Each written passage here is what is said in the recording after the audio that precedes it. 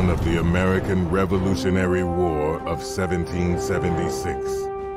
A tangled web of conspiracy spans North America. In the war of survival, it does not matter what your creed, color, culture, or gender is. All stand together.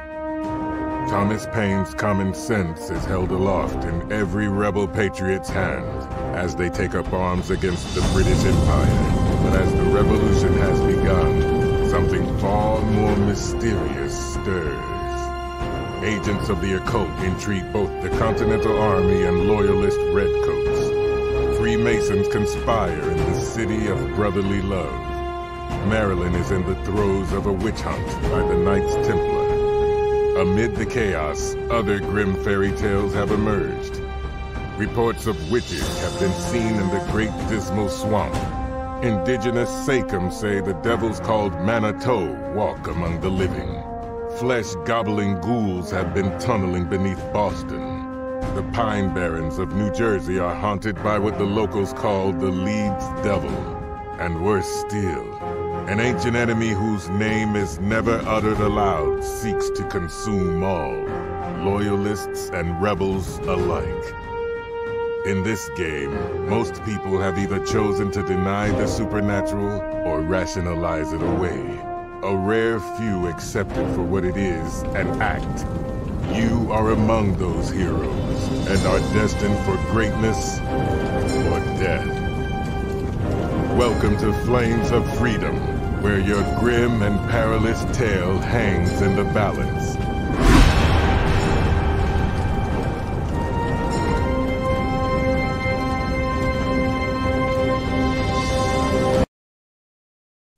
Hey, everybody. Welcome to this Flames of Freedom, powered by the Zweihander system, actual play. I'm so excited. My name is James Introcaso. My pronouns are he, him, and I am going to be your historian for the evening, your game master.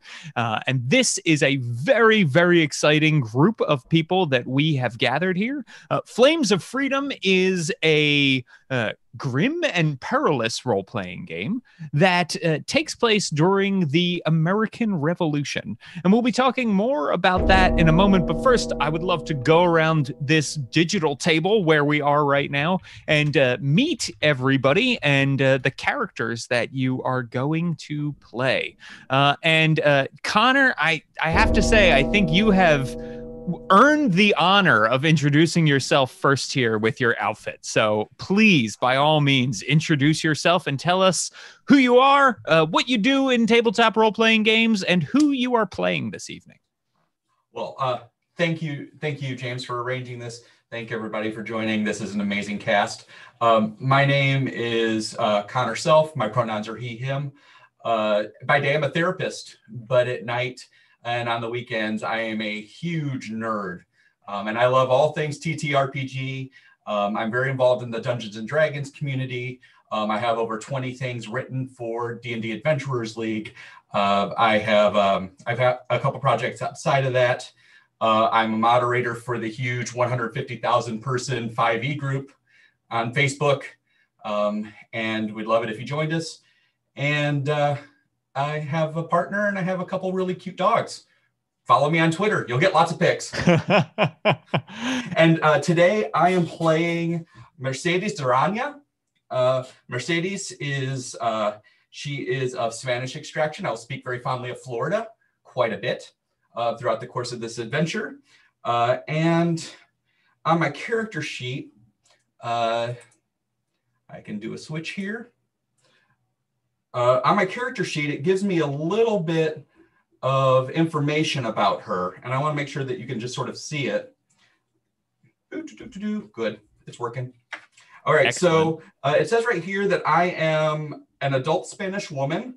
I made my life as a brauker, which is a medicine woman of sorts. I'm a slight stature with a stocky build. I want to make sure I got that right. I dress modestly, have dark, soulful eyes, long, wavy hair, and purple birthmarks. My aspirational belief is spirituality. My critical flaw is recklessness. Meow, meow, meow. And I'm Mercedes. Excellent. Excellent. Well, thank you for this. And Connor, we will be turning to you throughout the evening to help people who have never played Flames of Freedom or Zweihander before to check out the character sheet, because you've got a very fancy switcheroo camera. So thank you for that. No problem. And let us go now to one of the developers of Flames of Freedom. Gabe, tell us a little bit about yourself, who you are, what you do in tabletop role-playing games, and who you're playing this evening. Hi, I'm Gabe. You might know me as Gabe James Games on Twitch, Twitter, pretty much anywhere else. I am a designer for a lot of tabletop stuff. I've worked with Paizo, Mage Hand Press. I've worked on this. I've worked on Flames of Freedom, and it was genuinely a fun experience getting to see like the historical aspects, but then also being able to interpret it in a way of what we would want our world to be in a more like accepting and open way. Today, I am playing Red Bonnie, an adult multicultural two-spirit person, and I have made my life as a freeboater. But we'll see what happens when we get into that. Awesome. Thank you so much. This is very exciting. We have freebooter, a browker, and I will turn now to Lisa. Lisa, tell us a little bit about yourself and who you'll be playing. Hello, everybody. I am Lisa Penrose, pronouns she, they, but pronouns he, him for my character, who is Beauregard Pearson. You can call me Bo, though, or Regard, or Bobo. I really don't care. I've made my living as a dilettante, but honestly, I'm bored of that, too. Excellent. Yes, this is so great. We've already got a perfect crew for a horror show. And of course, rounding out that perfect crew, Jennifer, why don't you introduce yourself? Let people know who you are and who you are playing. Hey, I am Jen Kretschmer. Pronouns are she, they. I do a bunch of tabletop stuff. I'm a writer, performer, creator, streamer, the things. I do the things with the tabletop and the television. Today, bonjour, I am playing Véronica Rocher, and that is the extent of my French. Je m'appelle Véronica Rocher. I am an adult French woman. I have made my life as an officer. I am average stature with a stocky build. I dress modestly, mostly in officer's uniform. Have unblinking blue eyes, a near-shaved wavy hair, and a persistent cough. Oh, excellent. Excellent. And so the four of you, of course, are all working together at the moment. You've all actually already been assigned a job, because right now it is January 1776, right? And so while the revolution has not officially begun, right? America has not declared independence yet. There have already been some flare-ups, and there is this rebellion that is happening. And you might say that this group is a little bit of, in some cases, rebel sympathizers. In many cases, you're fighting with the rebels. After all, you do have an officer amongst your crew, as it were. And so you can see that you have been brought together by receiving a letter from someone who is calling themselves Henry Jones, and they are a mysterious rebel benefactor.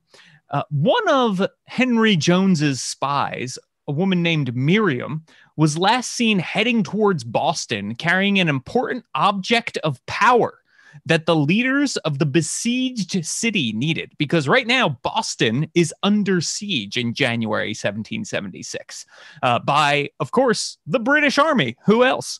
And so you have been tasked with finding out what happened to her, and you've been dispatched to Trenton, New Jersey, which was the last place that Miriam was seen, and it is the middle of winter.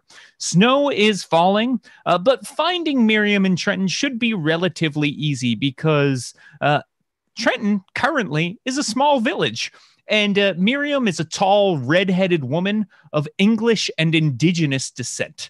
And so, she sort of sticks out in this village that does not have a ton of people in it. Now, you're currently on the road to Trenton, and you have met with a kindly old Quaker who calls himself Livingston Hobb. And he is on the road with you, just sharing some friendly stories. He seems like he's a local, but he was going into the village to pick up some supplies that he needed. And so he joined you on the road and is walking with you. And as you are making your way to the very edge of the village, he says, "Oh, now the Fish and Fin Tavern. Now that is the most welcoming tavern in all of Trenton. It's also the only one." And he sort of gives like a big hearty laugh and looks at all of you and says, "Now, what is it that brings you here? I feel like I've been prattling on about myself on and on. I'd love to know what is it that you're doing in these parts?" Well, let me just say, rebels, loyalists, all of them, they need goods, contraband, whatever flag they live under, they have needs. Red Bonnie makes sure that those needs are met, and that my pocket never goes light. Oh, and he gives like a wink and a knowing nod, and he says, "That seems like a bit too dangerous for me, Red Bonnie, but I won't be crossing you either. I understand. Everybody's got to make a living in these troubled times." Well, then I'll just be Red Bonnie and you can be Scared Rabbit. How about that? Oh, like you're going to eat me up there. Whoa. And he takes a step back and he says, but you, ma'am, you look like you're spoiling for a fight, as he comes over to you, Veronica, and sort of checks out your dress.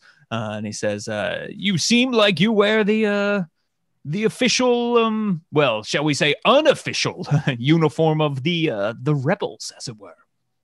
If you are going to wear a uniform, you should wear it well. Indeed. French, I see. Yes. Do you have a problem with that?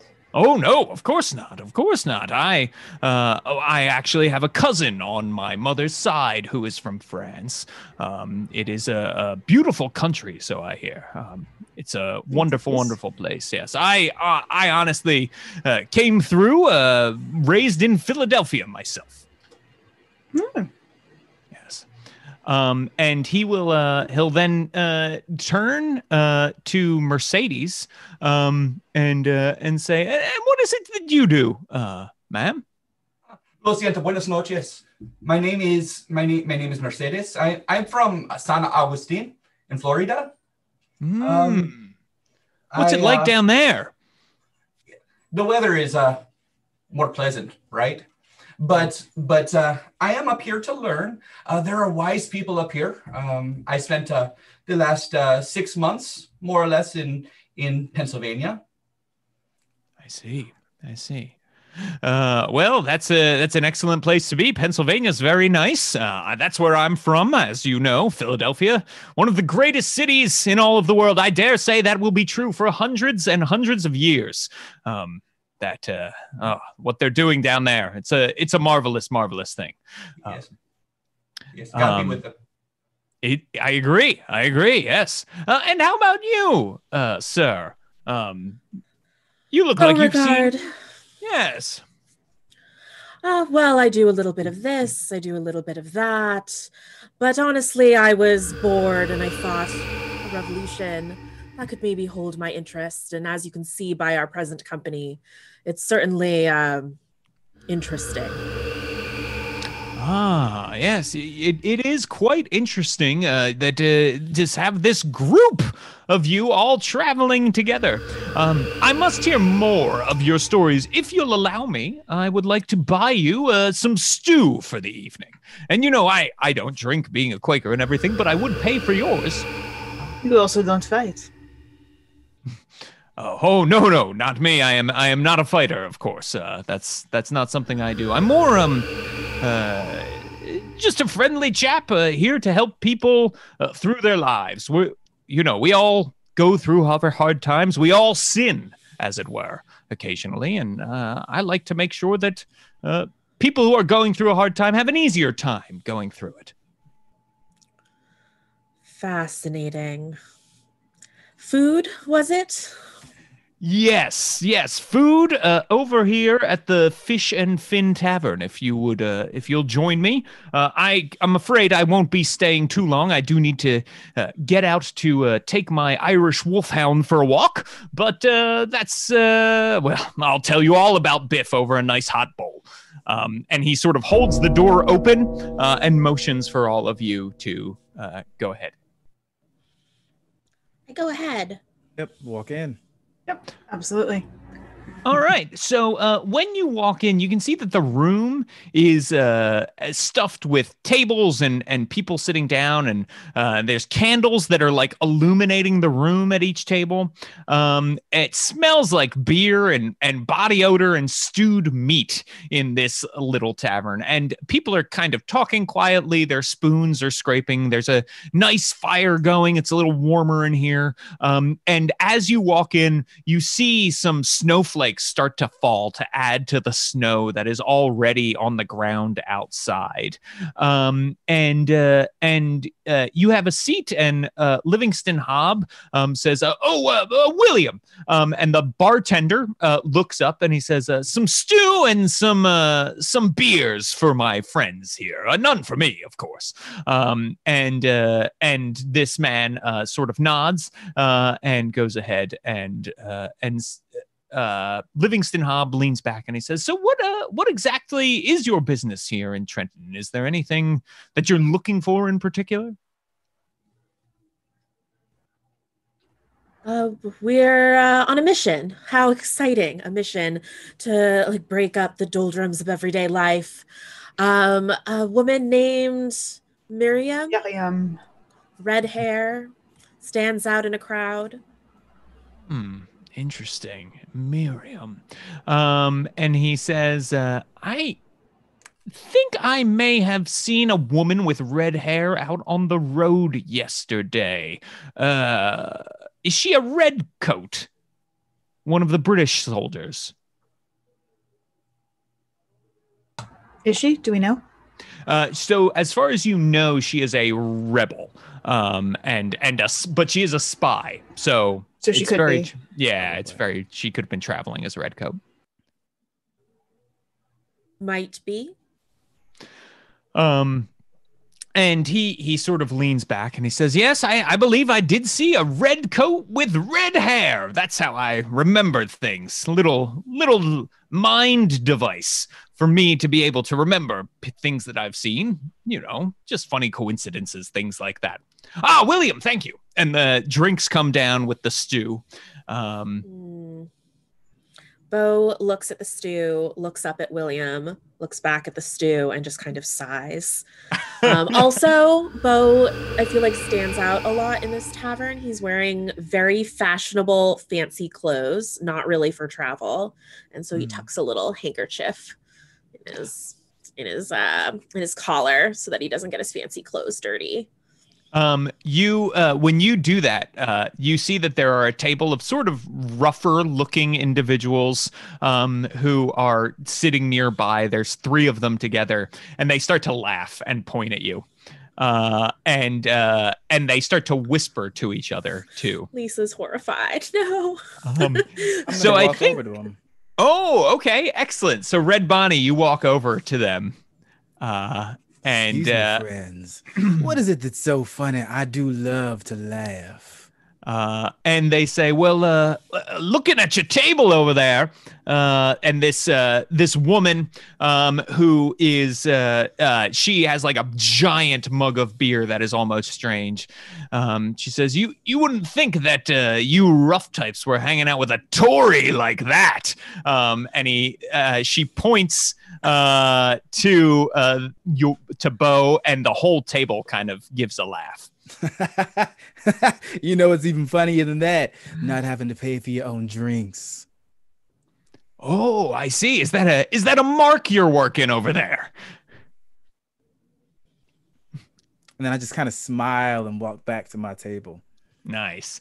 You can go ahead. Why don't you make an intimidate check here? Hey, I'm Ooh, good a at that check. one. I have Yes. a rank in it, so it's a 50 instead of my 40. Excellent. And so, for those who don't know how Zweihander works with percentile dice, and you have a rating in each skill, and you also have primary attributes, and you add those together to come up with a number. So in this case, we have 50, right? And this is a standard check. I don't think there's any circumstantial bonus or anything that we're adding to it. So this will be a standard plus 0 to it. So the goal is to get 50 or below on your percentile dice. So Well, I'm glad I had that skill rank because I rolled a 42.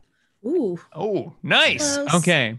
And as you walk away, they sort of just get real quiet and start whispering to each other again, clearly about kind of something else. They're changing the subject here.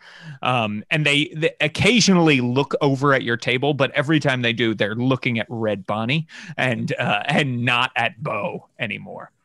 I'm going to order a drink and I'm just going to chug it. Excellent. Thank you, Red Bonnie. I dabbled in embroidery for a while, and if you were wearing a hand-knit, hand-embroidered outfit, you also would protect it. Yeah, you know what? Absolutely, Bo. They won't be laughing at you unless they're laughing in their graves. Nice. So after a while, you all are able to eat your stew. Livingston Hobb gets up once he is done, and he bids you good luck and good night, telling you that he does have to go let out Biff, his Irish wolfhound, and he leaves money on the table for your meal and for your drinks to be paid, and kind of heads out into the night. And there's this big howling that goes on at that point, and you Are see the wolves particularly active in this area? This seems loud. Oh, good question. So yes, you could make, if you're trying to listen for wolves, that would be an eavesdrop test. If you're trying to see, like, what do I know about this area, that would be a folklore test. I would prefer to eavesdrop, I think. Okay, great. So make an eavesdrop. No, I do not hear anything. Yeah, There is nothing. I notice nothing. It's hard to tell the difference, but as you ask that, an old man from the corner, as if out of the shadows, wearing a heavy fur-lined cloak, comes over, sort of obscuring his face, and he says, "Aye, there's wolves about these parts." And he's smoking a pipe, and you can see he's only got 2 of his fingers are missing from the hand that he is smoking with. And he says, "That's where these went to. These fingers here went to the wolves outside. You've got to be careful, especially at night. That's when they're prowling around the village, hoping to pick off one of our drunk villagers. Don't drink too much." Do they usually enter the town? This is quite strange. Well, they like to hang out around outside. And William says, "Listen, Lawrence, are you trying to get the customers to stop drinking my beer again? Please." And William comes over and says, "I assure you it's perfectly safe here around town. There are wolves, but they're far out in the woods. It's nothing to worry about. Is there anything else I can get for you folks this evening?"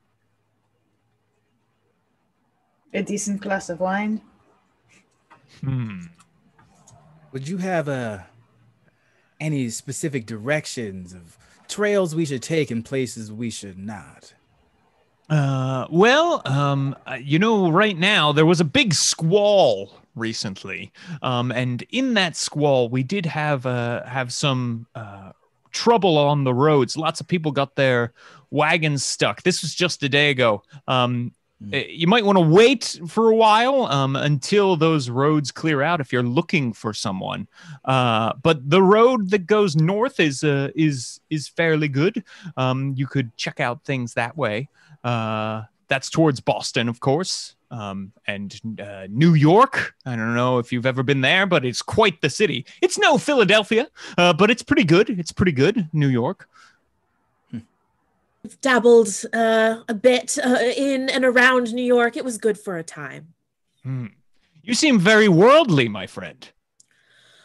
I suppose you could call it that. But these wolves, and as he mentions the wolves, Bo's composure changes a little bit. I mean, we don't have to go out wandering at night when there are wolves about. Do we have a place to stay for the night? I mean, wolf free? And he laughs and he says, well, you certainly are welcome to stay here. We've got some rooms upstairs that would be available if you'd like to stay for the night. I'll tell you, the wolves aren't too much to worry about. And then as he says that, the door to the tavern slams open and you can see it's snowing harder now and the wind is howling and a man stumbles in. He appears to be middle-aged and he's black and he looks like he has exhaustion sort of totally overcome him. You can see that he's got these heavy clothes on and he goes, wolves! I think wolves took my friends. Please, I need your help. Bo screams and jumps onto a table. I just look at William. And William says, I don't know, sir. And starts immediately like organizing some people in the tavern. And he says, we'll get a search party together, sir. What happened? Tell us what happened. And he sits him down at the empty seat at your table that Livingston Hobb occupied.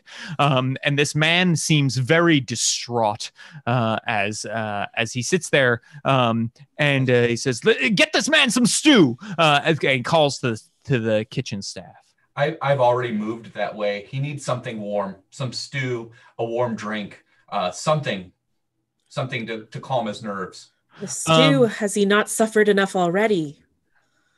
And stew slam. What take that, Trenton Stew. So Mercedes, they bring out to you a nice piping hot bowl of stew to give there, and they it comes with like a hunk of bread, and when you get back to the table, he is actually pulling a flask out, and you are able to catch a whiff of this, Veronica, and it is like a very strong smelling alcohol. It has a little bit of a sweet scent to it, like maybe it's like rum or something like that, but it mostly smells like paint thinner. As he sort of takes a big swig and sighs, and then pulls his gloves off, and you can see that the tips of some of his fingers are really like quite blue, like he's got a little frostbite going on, like he's been outside for a long time. We should get him something warm. Your fingers. Please, warm water, please. Warm water. And William brings over some warm water right away as you ask. Okay. So as he begins to tell his tale, I will dip his hands gingerly. I'll make sure the water's only like room temperature, and I will slowly make sure that color is returning, encouraging him to rub his fingers as feeling starts to return. And he does, and he's breathing heavy, but he's starting to calm down a little bit. And he says, and he kind of leans in and he leans over to you, Veronica, and says, I was traveling here. I was headed to Boston with some of my mates. We wanted to help the rebels in the city there. And he's whispering to you. This is a good choice. My name is Calvin, Calvin Stowe, and I was traveling with my friends Charlie and Jack, and well, our wagon broke a wheel a few miles outside of town, well, in the middle of the night last night, and Charlie went looking for help, and then he didn't come back, and so I started to go. We thought maybe he made it back here to town, and that drunk fool might have bedded down for the night. And so Jack and I, we started to make our way when that squall hit, and we could hear wolves howling. And well, I lost sight of Jack and the squall. And well, I've made it back here. I don't see Charlie and Jack anywhere in this room. I'm afraid they're lost somewhere in the wilderness. We should see if we can find them. It's all that there. Almost won't last long. Let's do it. Why do you think it's the wolves? Why is it not the storm? Oh, I hope it's just the storm, but we could hear the wolves howling. It sounded like they were getting close. Honestly, well, we were waiting for Charlie to come back. Jack and I did a little bit of drinking, and so that might have affected our ability to handle fear a little bit, as it were. And he takes another pull from the flask as he's telling. It can slow your reflexes too. Yes. Careful, especially if you join up. Meanwhile, Red Bonnie's got her empty glasses in front of her. And she's probably like taking notes, reading up, and thinking about wolves. Nice. Like if everyone is interested in hunting them, they're probably the ones to avoid for the most part. Yes. Okay. Excellent. So and how has everybody been drinking throughout the evening? Heavy. Okay. Moderately with a meal. Standard. Bo has been nursing just one glass, and every time he takes a sip, he makes like a little face. Like, oh yeah, it's awful. Not up to standards. That wine never really made an appearance. Don't disagree, either, Mitzvah. It's terrible. I also feel like what's here. As everyone was talking to this gentleman who crashed into the tavern, Bo jumped up on a table, and he's probably like muttering to himself, like stuff like, signed up for a luxury rebel mission, distinctly asked about how many wolves there would be, dissatisfied with how many, with the appearance of wolves. He seems frightened. And I hear luxury rebel mission, and I just kind of I'm so glad you have not normally in my units. Mercedes, how much have you been consuming? Mercedes has been very politely just drinking lightly. But the stew has more than enough water, and modesty and lack of excess would demand that I not go too overboard. Excellent. So I think Red Bonnie, I'm going to ask you to make a toughness test here. Let's do it. And I think this is going to be you've been going hard, but I think Red Bonnie always goes hard, right? I think that's their thing. So yeah, just standard then. What we get 14. I needed a 40. Yes! So good. Right. Yeah. I only wanted to succeed because I want those guys watching to see it. I know they are. And you can see like they're trying to match you, right? Drink for drink. And they are sloshed now. It's pure spite drinking. Yes. And William says, all right, sir. I think it's best if we split up into some different search parties. I don't know if you keep your unit together. And William says, right, well then you all will be one party. Why don't you go with Mr. Calvin Stowe here, and I will take this group. And he points to the drunk table of 3 who stand up, and they're like, all right, let's get the wolves. And you can see they like grab some axes that are by the door as they start putting on their cloaks and everything. And William comes with a lantern and puts a lantern on your table, and he says, it's getting very dark out there. Be careful. And he says, we'll do everything we can to find your friend, sir. Go ahead. Normally, I would stop that second unit, but one of my traits is callousness. May I go to the bartender? And I'm petty. Nice. That's awesome. Yes, you may go to the bartender. I'd like to make a request, if I may. Yes, of course. What can we do? Do you have any small bits of uncooked meat you could put in a small satchel for me? So smart. Yes, we can do that for you. And he runs into the back, and a few moments later will come back with a burlap bag that has some meat in it. I'll give him a unit of tobacco in trade for it.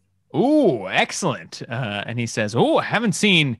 This is a fine vintage. I don't know where you're getting this." Takes like a deep whiff of it. I might tell you when I come back. And he says, "Well, if you've got more, I know people who'd be willing to pay." I might need some information. Thank you kindly. You got it, Red Red over to Bonnie. the table. So I got some raw meat because, to be honest, looking for wolves in a rainy night is going to be a pain. But if they're looking for us, it's even better. I don't know if I fully agree. I'm clutching. I grabbed the lantern right away. I'm just clutching it.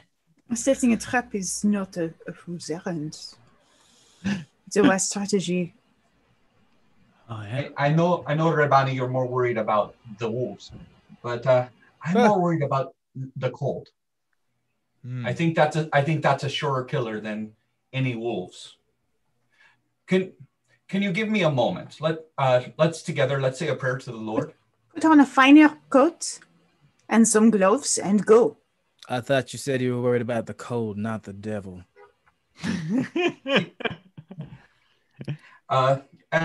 See, I am. And I'll begin to recite the Lord's Prayer in Latin, in the classic Latin.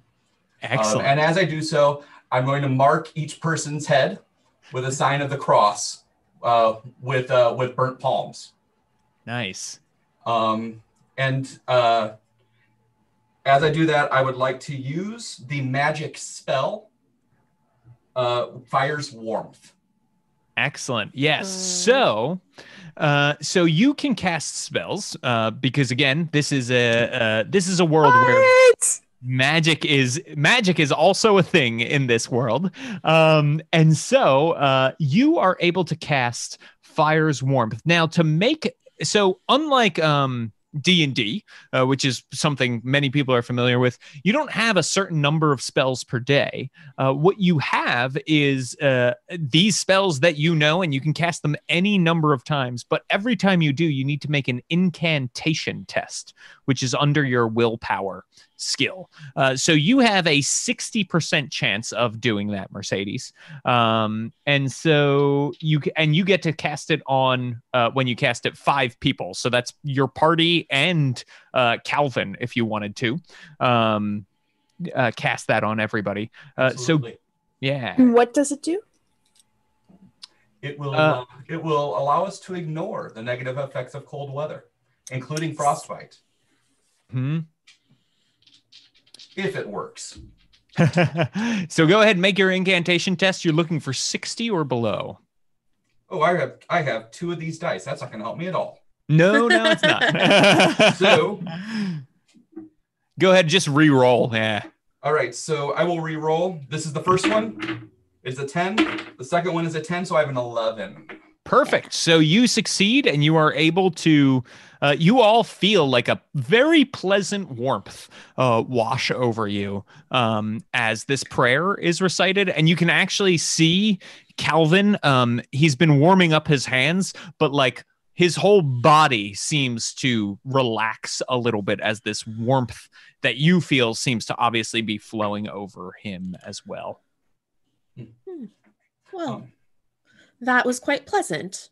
All right. Well, if we're going to face some wolves, then we might as well get it over with.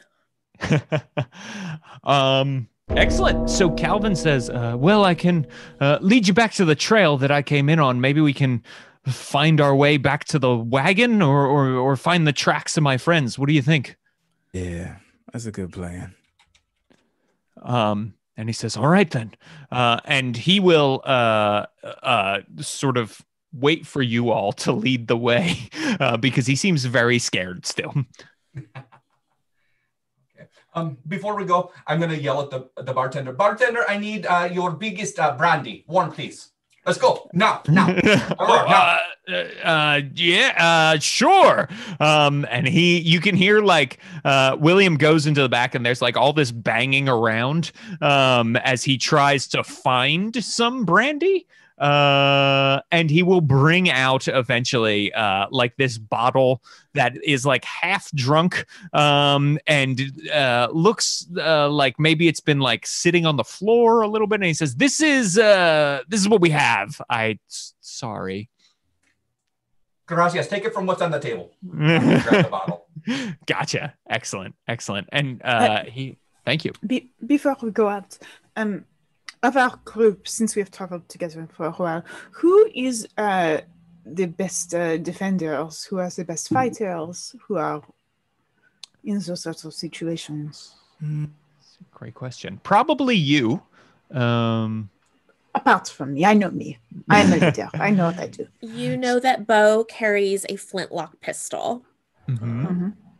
I've got a pistol and a knife as well, and a +10 in all my combat skills.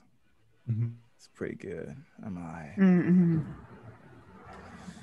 Yeah, so you all have, in mechanical terms, everyone has a combat score. It's one of your primary attributes.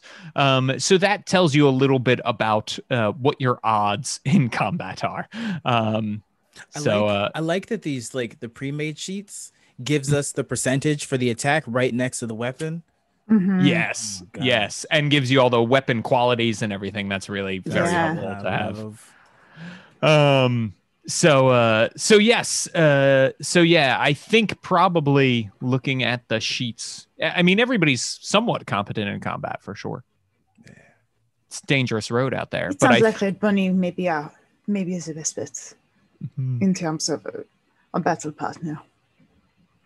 Now, if we stumble on a painting out there in the snow, I could tell you I'm sure so there will much be many paintings about out that there in the painting. snow. I mean, fair. There might be a painting of their blood in the snow. Rude. Could you tell me about a painting of the blood in the snow if we find that? And the rain and I mean, the mud. It tells a story, right? I can't tell if you're teasing me. Yes. But I also mean it. They are telling the truth. It is not untrue, as I say. It is like telling the story of a battlefield after the fact. You can tell.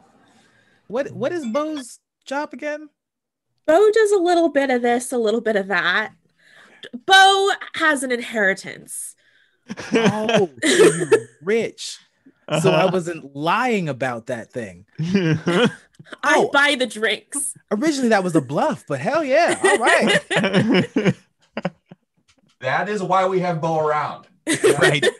Right. Everything's becoming clear now. So you all make your way out into the snow, and Calvin does lead you outside of town to a road.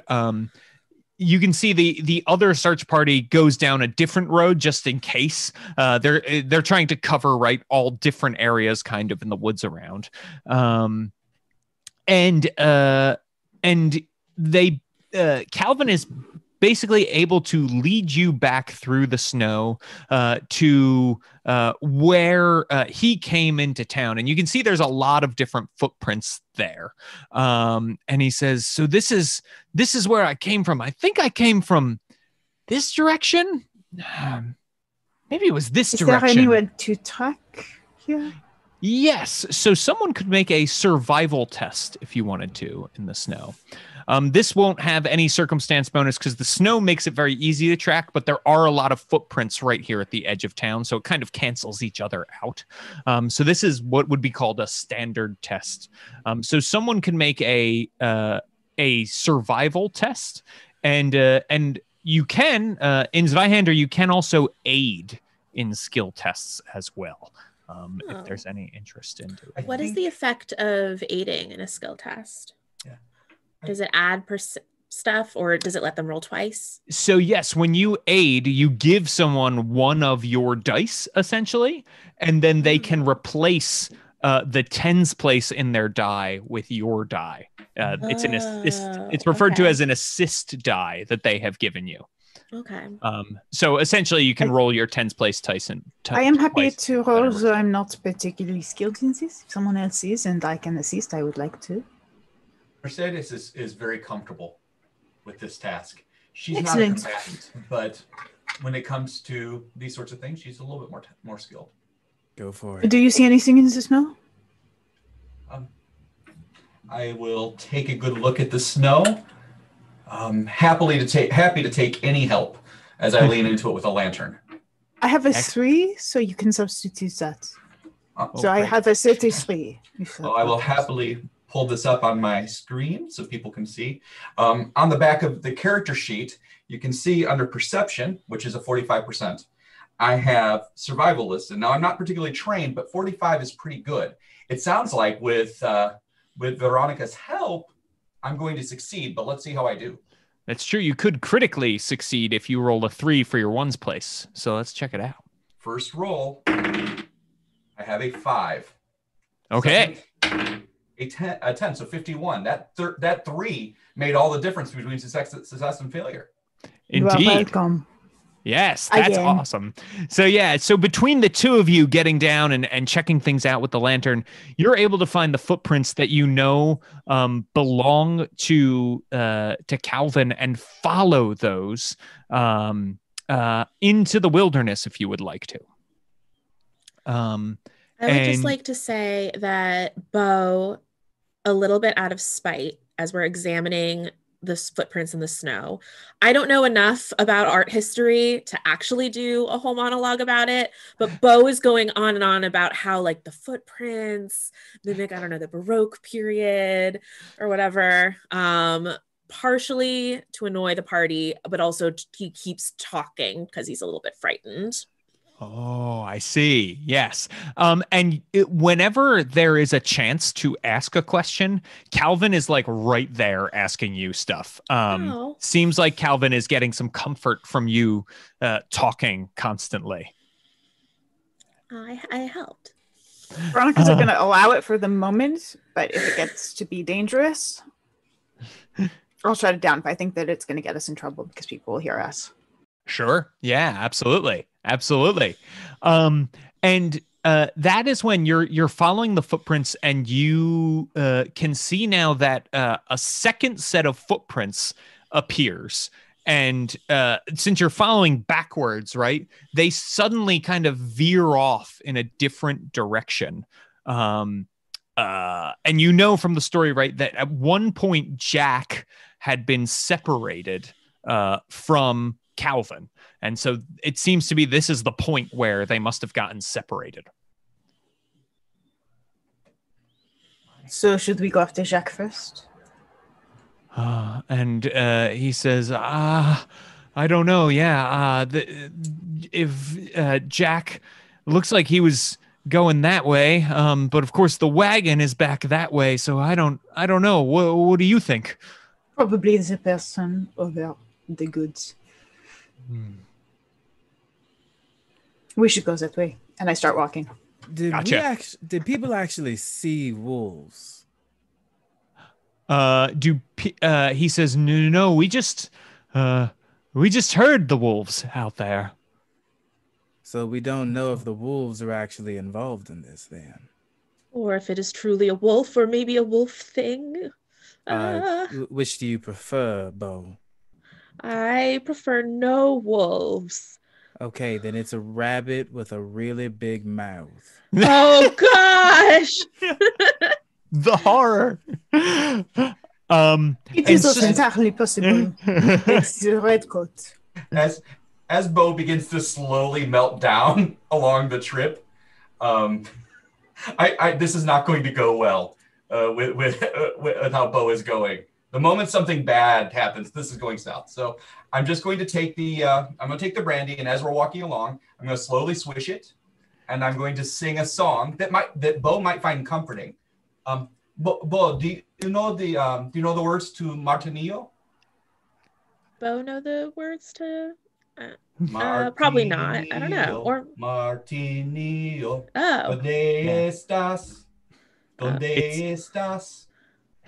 Follow It's me. better known as "Where is Thumpkin" by preschoolers everywhere. Frère Jacques. Jacques. Oh, Frère Jacques. White Yeah.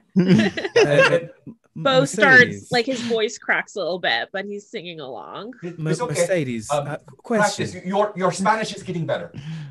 Toca la campana. And I'm going to go through the song. I'm going to keep Bo distracted for about 6 minutes trying to sing this song. Because there's a spell involved with that too. Oh. I appreciate, and I appreciate the singing, but shouldn't we be calling the name of the person we're looking for? That sounds like a great idea. Yeah. Okay, then I'm just gonna wait for you to finish singing your song. Toca la campana. Toca la campana. All right, let's role play this out for 6 minutes. 6 minutes. Sing it rounds, everybody. Excellent. So you are you casting a spell? I am going to cast a spell. A spell that I was hoping I could put off until never, but I don't know if Bo's going to make it. So this is going to be Incantation Test for liquid courage. It is. This is my other spell. For 6 minutes, I have to sing a song while touching alcohol. But after 6 minutes of singing, if the incantation works, everybody drinks the alcohol, has additional bonus to withstand stress, fear, and terror. Oh, cool. I just want you to know that you've already been clipped singing the song too here. Oh no! Yeah. Oh, I sing it so much to my kids. Okay, so let's pull this off. Now, would that count as Bo assisting me? Withstand stress. So with stress, fear, and terror, which are different sort of levels of you can take so you have two sort of tracks in Zweihander that tell us the health of your character. One is your damage track, which is very much your physical health, and how hardy you are, if you've taken any wounds, that kind of thing. The other is your peril track, and in your peril track, that's all about how stressed is your character right now, what is distracting them, and so this is stress, fear, and terror are all things that relate to that peril track, and they're basically worse versions of each other. So like stress is like mild, and fear is medium, and terror is spicy, if that helps. There we go. Got my Taco Bell sauce. Spicy horror. Right, yeah. And speaking of which, I know we're about to make an incantation test for this. I do want to let my players know and everybody know we emailed about safety tools, but we are going to use some safety tools because this is a little bit of a horror adventure tonight. And so please feel free to, players. We are using like an X card mechanic. You can either in the backstage chat type X either to the group or just to me, or you can also hold up your hands and X yourself this way. If I don't see an X, anyone who does, feel free to announce it, because maybe I'm looking at notes or anything, and we will immediately shift the scene and move on. No questions asked. We don't need to talk about it. In fact, we'll probably just take a quick break because we can do that. And then when we come back, the scene will have changed. So I should have mentioned that before we were playing for an hour, but now I am letting everybody know that that's... Hey, James, while we're filling people in, can you tell us about where they could find this game? Yes, absolutely. So right now, Flames of Freedom is on Kickstarter. Thank you very much for that. Probably something I should have mentioned at the beginning as well. Flames of Freedom is on Kickstarter right now. And you can also pick up the adventure we are playing right now as part of a free preview. It's a free preview that comes with quick start rules, the characters you see, plus many others as pre-gens, plus a really, really awesome adventure that comes with it all. So you can pick that up on drive-thru. I think there's a direct link also at the Kickstarter. So you want to go to Kickstarter, you can search for Flames of Freedom. There is also a link appearing right now in the chat, and you can check it out. And remember that Gabe is one of the developers, and I am also working on the game too, and it's a lot of fun. And you should check it out because it is really good and fun, especially if you're call already something really cool that is on the Kickstarter, which is there is a tier for folks who are marginalized and want to get the game and are being affected by circumstances in the world. There's a tier that will make sure that you can get the game for a cost that is feasible for you, which is awesome. Yeah, absolutely. Absolutely. That is really, really cool. And they're doing a lot of really cool stuff. Hey, did you know that their stretch goals are really, really great? And that you just kind of get the stretch goals as they're unlocked for this Kickstarter. And they've already unlocked a bunch and are going to continue to do so. If I know anything about the way Kickstarters are done for these Grim and Perilous systems.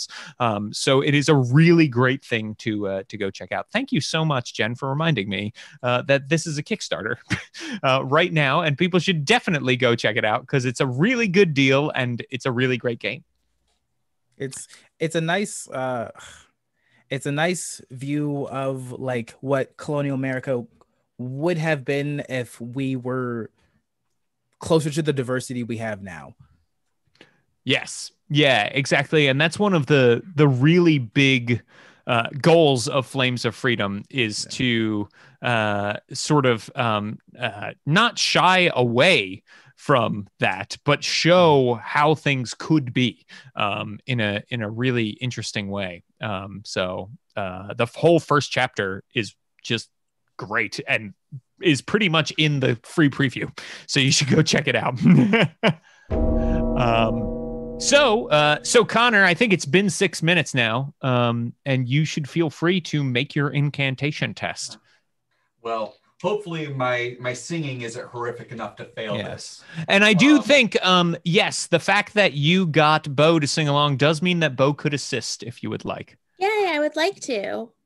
Do it. So I just roll a die and announce what that number was? Yes. Okay. Oh, it's a 6. Oh, boy. Oh, boy. Okay. Well, I have my dice ready. First die. Oh, I don't want to look. Ooh.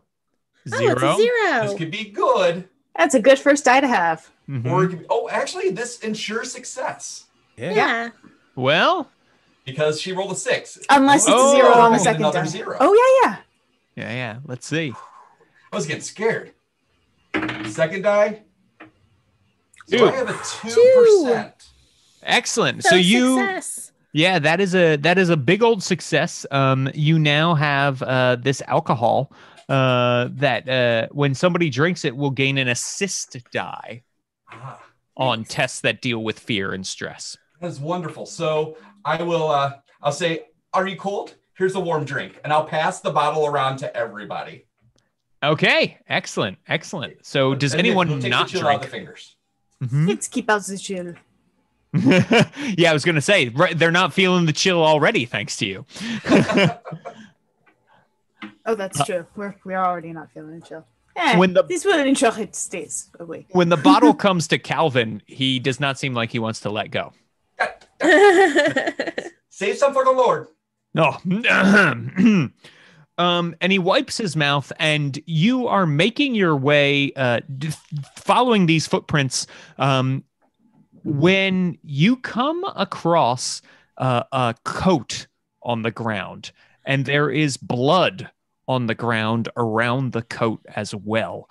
In fact, a large amount of blood has stained the coat and the snow around it. And I actually am going to need you all to make a test right now. This is a resolve test, but guess what? Everybody gets an assist die because of Mercedes' spell. So everybody gets an assist die. This is a resolve test. We add a d6 for the resolve, right? Or for the assist die? So you an assist die is as if someone were assisting you. Oh, it's the I'm sorry, it's the rerolling of the What is the number we're trying to resolve? Okay. So for resolve me it's 50. is under your willpower. You should see it there next to your willpower. I'll reroll this. So Oh no. first number? Oh, but yeah, I fail. Oh no. I also failed, even with my assist. 74. Oh no. 74. I also I feel failed. like I had something. But I'm glad I had the assist die because originally I rolled an 88, which would have been a critical fail. Oh, And no. instead, I rolled a 98. Worse, but better. Would we like to use any coins to make sure that people I kind of want to Yes. see what happens. pass? So anyone can use a coin if they would like to re-roll and then give me some sweet coins in my pool. So coins work like misfortune and fortune in Zweihander. Essentially, you can spend a coin to re-roll a skill roll that you haven't critically failed. But then you have to accept the new result is the way that works. I think someone in chat, Doug in Texas, also gave you a misfortune with bits. Ooh, excellent. I had no idea that we're doing that. That's awesome. Everybody give me more misfortunes. I need them. or not give Or us fortunes. You can fortune. also, it's 100 bits for a fortune and 200 for a misfortune. Excellent. Kindly spare a coin. So that's cool. So does anybody want to re-roll or do you want to see what happens? I will see what happens. Okay. Mercedes will reroll. Okay, great. So that affects the entire pool, right? Because it's a shared pool of coins? Yes. Yeah, it's a shared pool. So you have 3 now, and now I have 2 in my pool. And the reroll is a 40. Just a 40. Is that So I good? succeed. Okay, great. Ooh, there's 100 for us. We had a coin. Yay, we Thank got you, a new Radiator. coin. Thank you. Oh, you've got a coin. That's good because that turns into a coin for me eventually. I'll take it.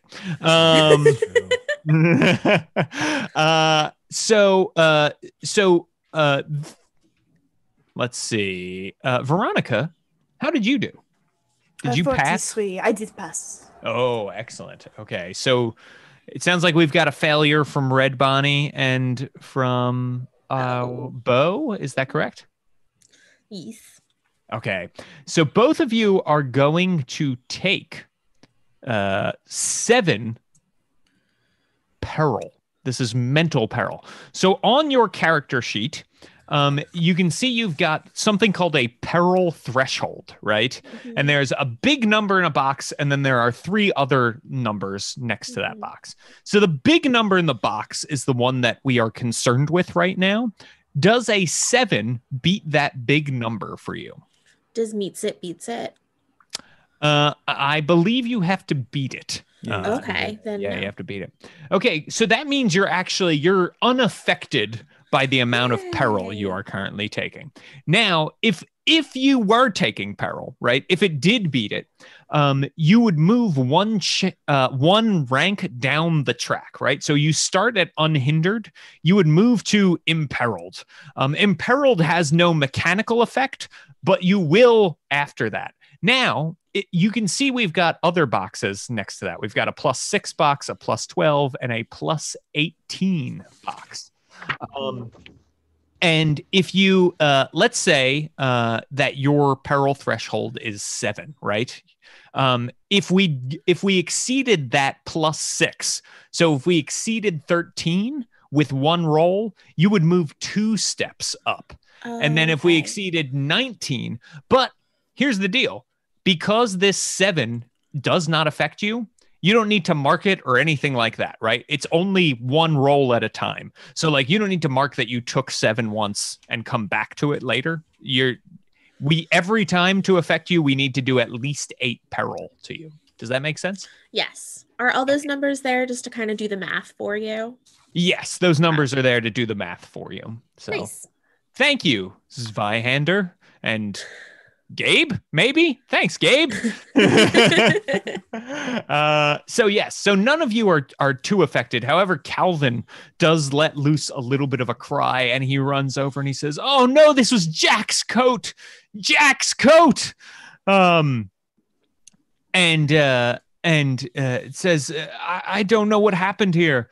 At the same time, you hear, "Oh, who's out there?" And you see a lantern in the distance coming closer as you hear the familiar voice of Livingston Hobb approach.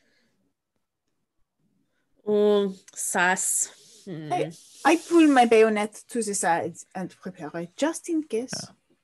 And Livingston Hobb steps forward.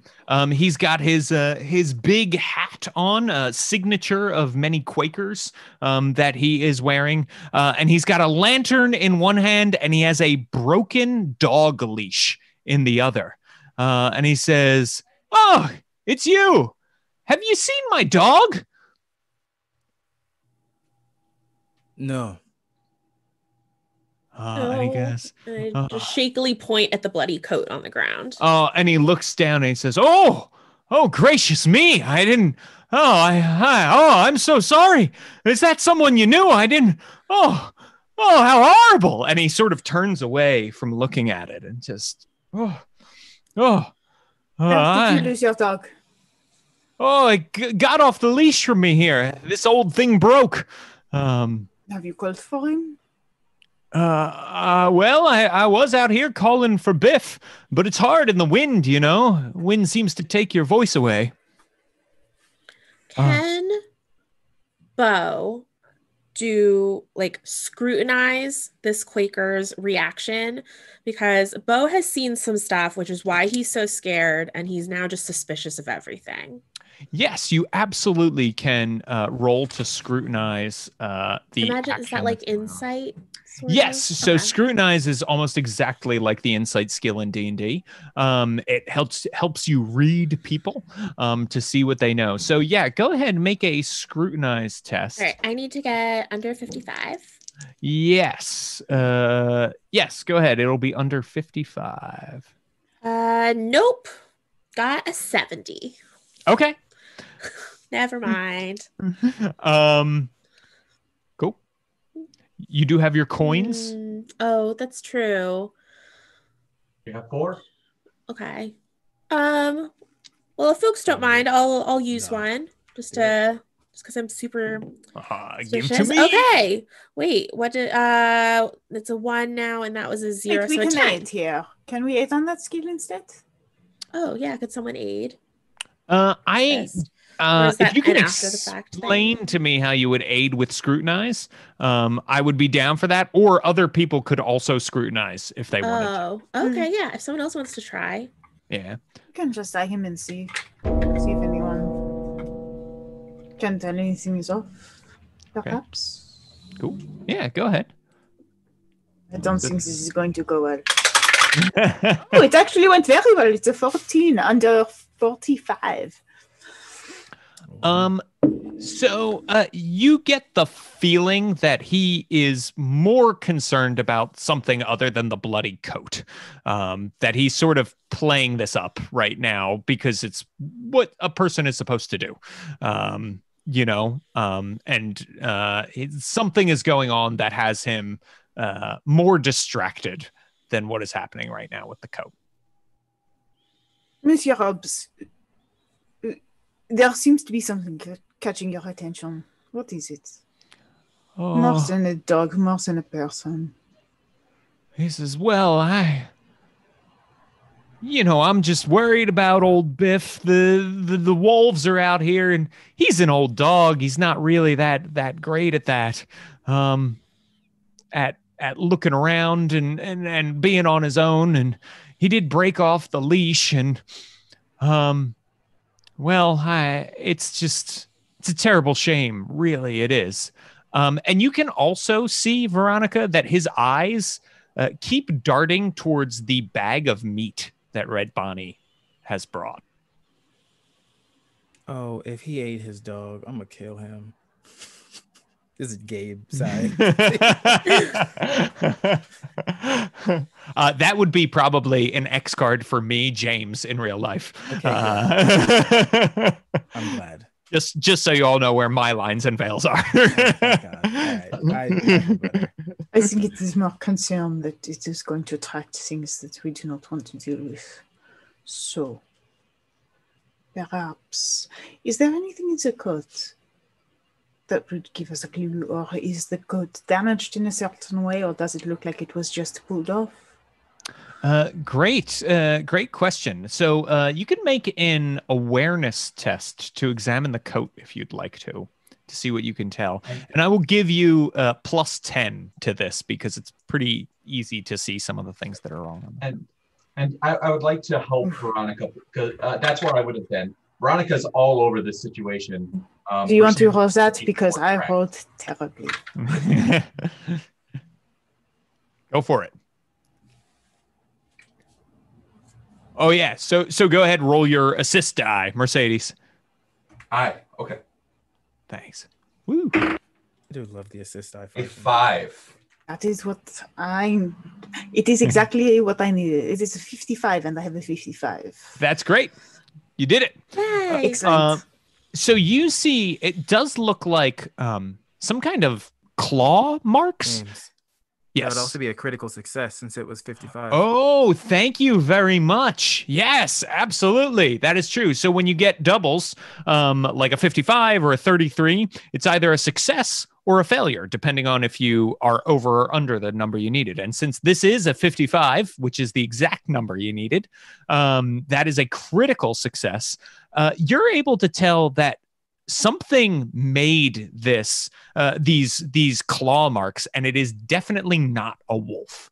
With your critical success, it is something that has like large, big separate claws the way humans would on their fingers, right? Like able to separate like that with really sharp nails. So it's not even like a bear, right? Like a bear would have a paw that with all of the claws kind of close together. This is definitely something that some sort of animal you may not know of around here. However, I will let anybody make a folklore test. Yes. Oh, I could do that too. Wait, are you really good at folklore? Let's find out. Folklore is under intelligence. I have a 50. I have a 40. 55. Oh, that's all you. Okay, So may I aid Bo, because as a trader I've probably heard wandering stories from the things that people have said or like things people have mentioned, so it's like, well, I have heard something that sounds similar to it like that. Can I use my aid die for that? Sure. Yeah, I like that. Like you're discussing kind of what you've heard. Yeah, I like that. I like that. Ooh. So Gabe, you are adding a coin as well. Thank you. Ooh. To Radiator. Oh, nice. Nice. Radiator. Another I got a coin. 24, which is much lower than a 55. Perfect. Nice. And what did you roll on the assist, Gabe? 8. So way Okay. better. Nice. Okay. Cool. So yes, you've heard tales about supernatural creatures that exist in the darkness, that walk among normal, quote unquote, normal people, and disguise themselves as different humans that can turn into creatures that have these horrid claws and wicked features. That was a very detailed and calm description of this. What actually happens is Bo comes over to see what you all are looking at on the coat, sees those claw marks, and just drops the lantern in the snow, making shadows of everybody cast creepily in the clearing around us.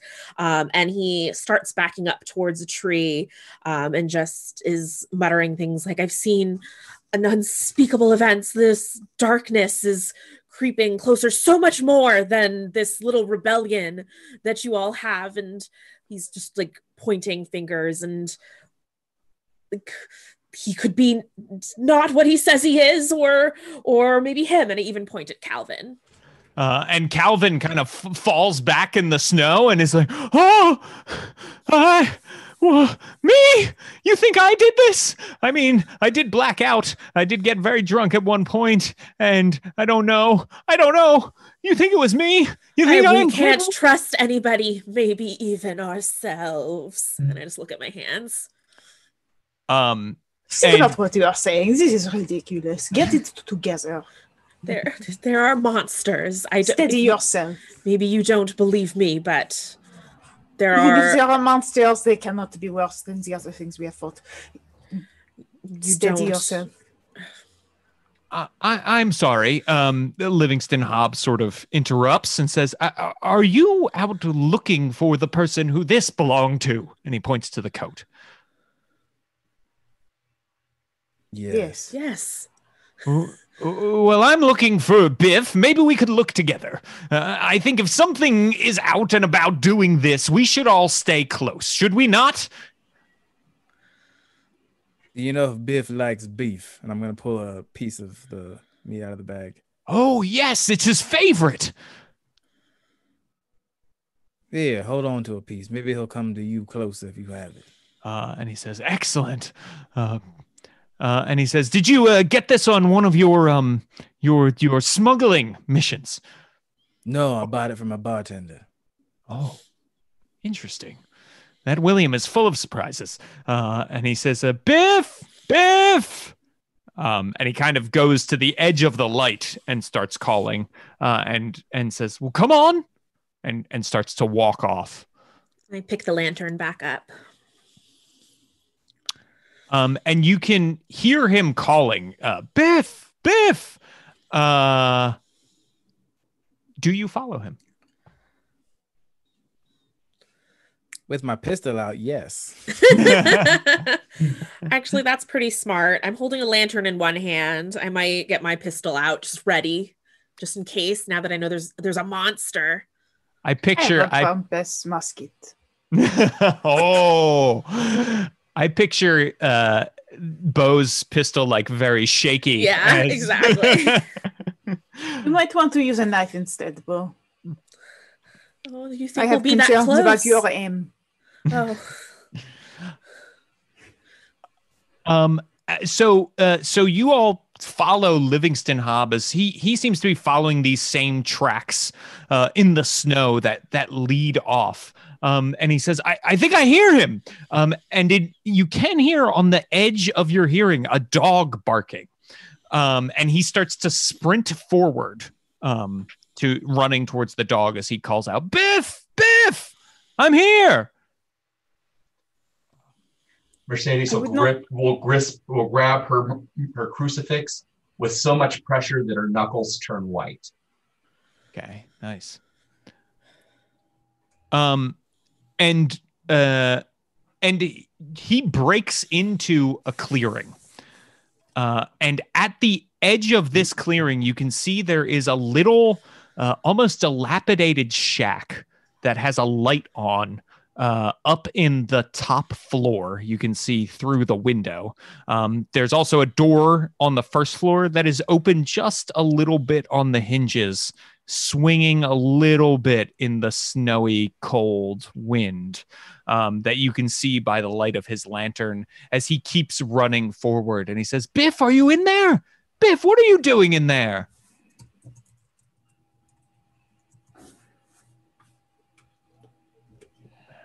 I would please wait before you enter. I would not. And as we're walking, I kind of am calling out quietly for Jack to see if anyone responds to that. Excellent. Were there tracks coming off of the coat at all? So it did seem like there were. So make a survival test. That's a great question. Again, not my strongest suit. That is a no. I have a 51 over 45. Oh, so actually, you should definitely get a bonus to this because it would be pretty easy to see. So you'd get at least 10%, which sounds like you would have made it. Then I would succeed, yes.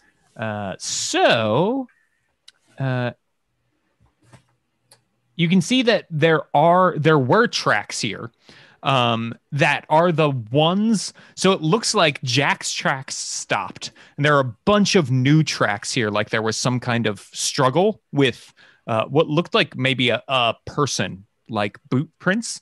And Livingston Hobb has followed those boot prints back to this cabin. Okay. And you ask Livingston Hobb to stop, and he keeps going. All right, then I will sprint up. Okay, excellent. Near him. Follow. Great. I also have a knife, no, I have a sword that I make sure it's free in its scabbard, just in case. Yeah, you're able to get to the front of the door. Do you also go, Mercedes and Bo? Bo follows, but lags behind a little bit. Gotcha. Calvin is staying with you. Very terrified right now, Bo. Don't get too close. You could be the monster. And he says, "No, I really don't think I am. But That's maybe what a monster would say." That is what a monster would say. Had he been the monster, Bo, you would smell it on the coat. And so you're up at the front door, and Livingston Hobb looks at Red Bonnie and then turns to Veronica and says, "Oh, well, of course, ladies first." And you can see he's a little unsure at this point of going into that. Knock. You can hear a little bit of a whine come from inside. Like Hello? an animal whine. Hello? Can I peer in the windows if I can?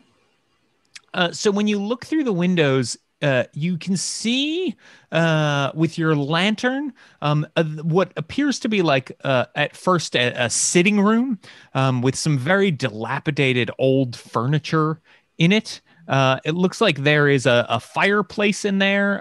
There's this just this old rocking chair, and there are books everywhere. You can also see there's a doorway through that, and there are also stairs up in the sitting room that lead to the second floor. And the light is upstairs only, correct?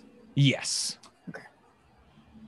And shining your light, you'd probably be able to see, it looks like the doorway that leads back from the sitting room. It looks like maybe it's like a kitchen back there. And you see a pair of glowing eyes as your light hits an Irish wolfhound's face in the background, who it appears to be like whining and pacing around in the kitchen, and that must be where the whine is coming from. I think we have found the beef. Biff! And he, Livingston Hobb, like throws open the door and goes in with the beef. And as soon as he extends the beef, the dog turns and wags his tail and comes in and he starts to pet Biff and give him the beef. And he says, "Oh, thank you. You found Biff for me." Right, I think we should leave now. Or we should search for Jack, but I don't think you should stay. If you can go home, it seems to be dangerous.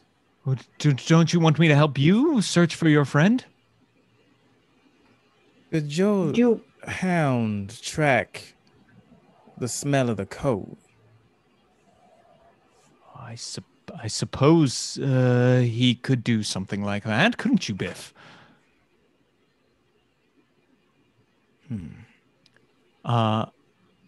And he says, "Would you like me to go back and get the coat? I could meet you back here and you could search for your friend." I can go get the coat for you. Don't you worry. And he says, "Oh, excellent. Then I will wait here." And I'll make my way back to get the coat and then come back. Was it about like 20, 25 minutes, would you say? Yeah, it's not even that far, right? Because he sprinted from the coat to here in probably less than a minute. So you would be able to get there and back rather quickly. So I'll go run and grab that and make my way back here. Mercedes would definitely accompany Red Bonnie. Mm. out of fear for their safety. I do not like my unit splitting, but also we should find out what is upstairs and make sure it is safe to leave. And he says, if you don't think it's safe, I don't mind staying down here. And Calvin says, I don't mind staying down here either if you think it's not safe. And he says, we could wait for your friend to return. All right. So where do you want to go, Mercedes? Or I'm sorry, Veronica, where do you want to go? Bo, you're staying or you're going? Bo has traveled with Veronica, so probably trusts her the most out of these strangers. So I'm just going to follow Veronica. This seems like this is where your world. This is a home with tapestries, perhaps? I don't know. Tapestries, it's not my area of expertise. I kind of gesture at the curtains. It seems like your scene. Do I notice anything unusual about this sitting area? So there are these books everywhere, and it looks like they deal with a variety of nonfiction topics.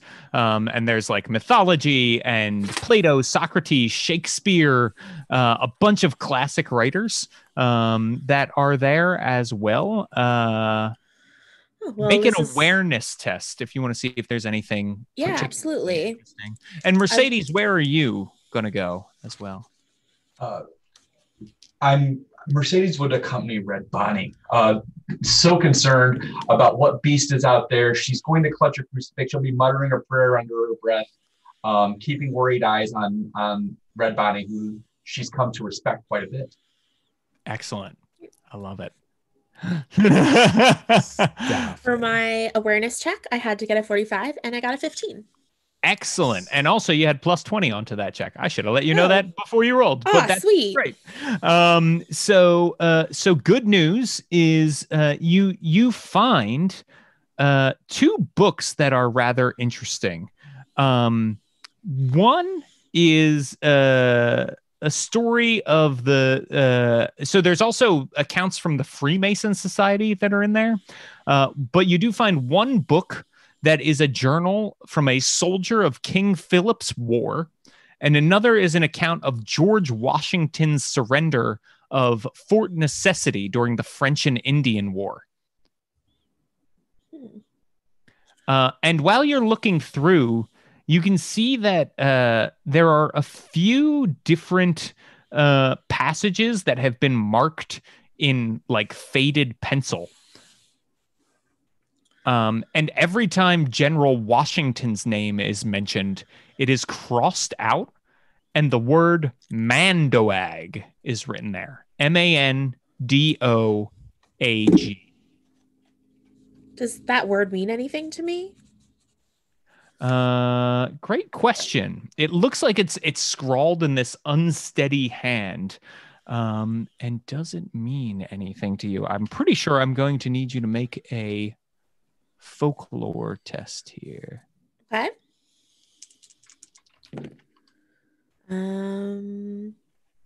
Nope, not gonna do it.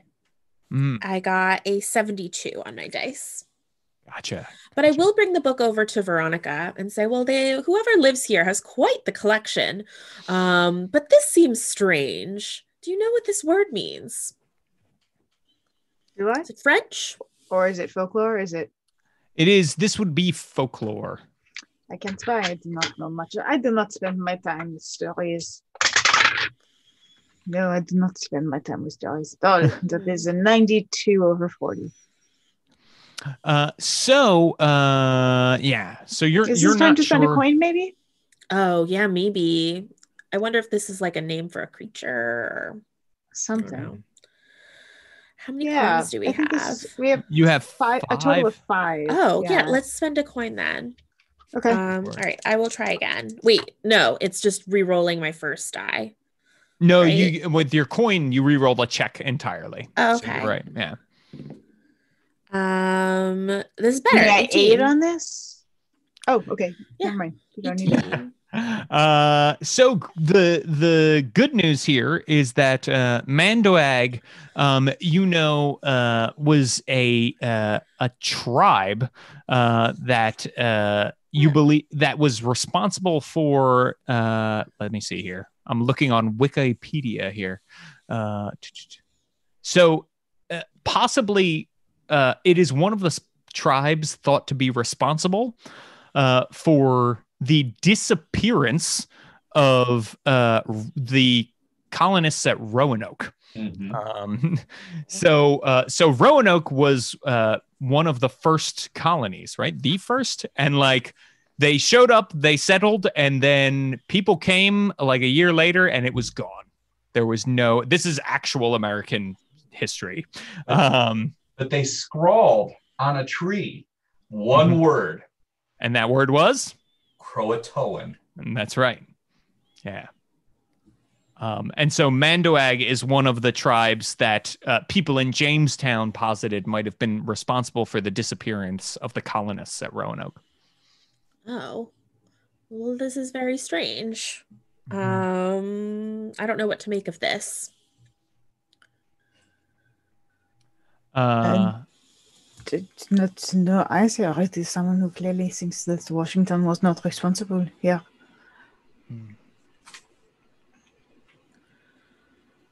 Could it be that these are people who are still active in the wars?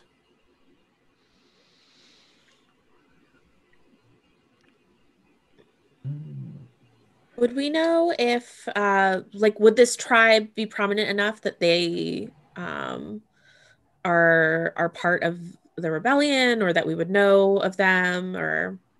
So they're not a large tribe or well known as yeah. So it's more kind of the legend around them that people would just disappear, right? And so they could have taken Jack, or the others who are missing, perhaps. Perhaps. Did you say there was another floor to this house? There is. There's stairs. There's a light on, which is strange. And was there anything scrawled in the other book? So War? Or I'm sorry, the King Philip's War. It's a great question. There are in the journal. There are a couple of just sort of underlined lines that talk about coming shadow and a creeping dread that fills the heart of the soldiers in King Philip's War.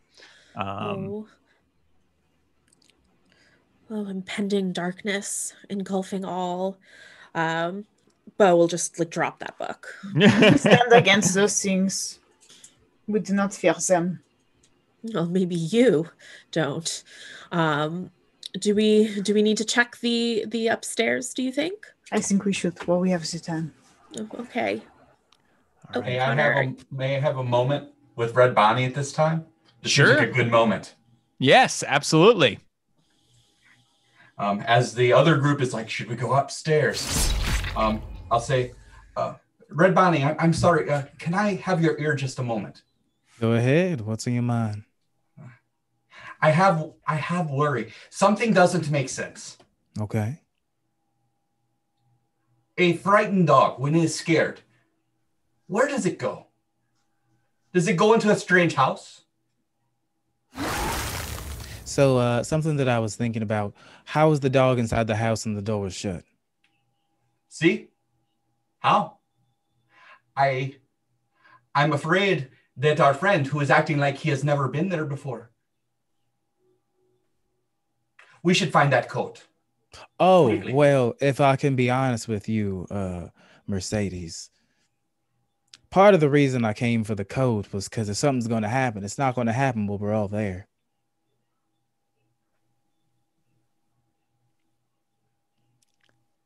Yes, we should get the coat. Amazing. And so, Lisa's scared now.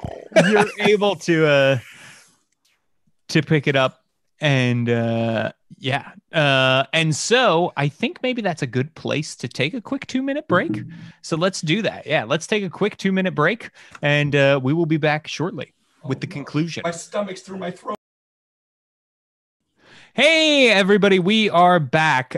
Gabe had some technical issues, and he is working on coming back to us. But in the meantime, we are, as you see before you at the moment. Matt is working hard behind the scenes to make everything work. So thank you, Matt. Hats off to Matt for doing this. And so let us go back now to on their way up the steps. Bo and Veronica are headed up the steps of this house that you have just found, this old dilapidated house.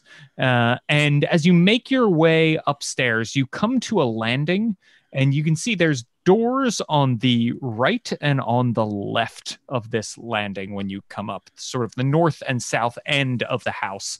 I just want to interject that it's very awkward when we go up the stairs, because Bo is simultaneously trying to look really honorable and brave and lead with the lantern, but also clutch and try to hide behind Veronica. So it's like this weird sideways thing. I love it. I love it. Yes, it's very weird. How is Veronica going up the steps? Courage. We move forward. Yeah, of course. It's no thing. And so you make it upstairs, and you can see the to the right, the door to the right would be the room that you had seen with the light on it, that was shedding light from your position. We should clear everything else first. Yes, well, we shouldn't be rude, and I'm just going to reach out and knock on the door. No, I no. No, you don't. Yeah, we are going you to clear grab the wrist of the space first. Then people goes out. Oh, okay. I misunderstood. So what you would want to do then is go to the door to the left, it sounds like. Yes. Okay. Bo reaches out to knock on that door. Okay. So why don't you both make stealth rolls for me? Okay. Oh no. Stealth. Oh no. Oh. I mean, oh no. Or get less than a 40. And Gabe is back. Yay! Hi, Gabe. Welcome back. Red Bonnet has to lay off the wine a little bit. I did not do well. I got a 79. And I was a 67 of a 35. Okay. So you all are you do make a lot of noise. In fact, this door makes like a creak the whole way it opens. I feel like Bo was the one to open the door, and like he's opening it slowly, but the whole time he turns and it's just like to Veronica. It's made so much worse by how slow it is. Like when you try to open fast, a Dorito bag quietly, and it's just those slow crinkles. And it opens up into this room that is extremely sparse, but also extremely tidy. There is like a perfectly made bed, and you can see the bed, as you shine the light over it, is covered in a layer of crust and dirt, as almost as if it's like it hasn't been used for a very long time. And that's like the only thing that is very obvious in this room is this bed here. I guess we will go scrutinize the bed, see if there is anything to figure out. Mm-hmm. So as you get close, the floor, very clean. There's no dust or anything like that. But the bed, like I said, still has this grossness to it. And when you get close, you could see that like the sheets kind of are faded on one half where the sun would come through one of the windows as well. And what do you want to do with this bed? Are we able to examine it to try to understand why only this is? like super gross? Sure. Yeah. Yeah. You can. I think it's probably pretty obvious that what it is that like no one has used the bed for a long time, and so it looks like it's been neglected, maybe for years, up here. They might as well have the floor kept is it clean. Yeah, but the floor has been cleaned. It looks like as if someone has like been in this room and cleaned this room, but for whatever reason, they're just not cleaning the bed. It feels like they're making a point to not clean the bed. Viciously ignore it. Were there any like wardrobes or any drawers or anything that we can look into, like peek inside? So when you are checking out the bed, underneath there is a chest. Oh. Yeah. So you could pull that out if you want to. Do you think we should be just a little bit nosy? I think this is fitting here. Yes. We've already broken into the house. Yeah. All right. We didn't break in. The other one broke in. I will kind of like, I don't know. Bo's being like really skittish about it, like using his shoe to try to bring the chest out. Either open it or do not. And is it locked? Can I tell if it's locked? It does not appear to be locked. And I'm gonna like open it and without knowing what's inside it, immediately scream. Oh no, but like a quiet scream. Shoot. I'm sorry. If you could, for me, a quiet scream, please.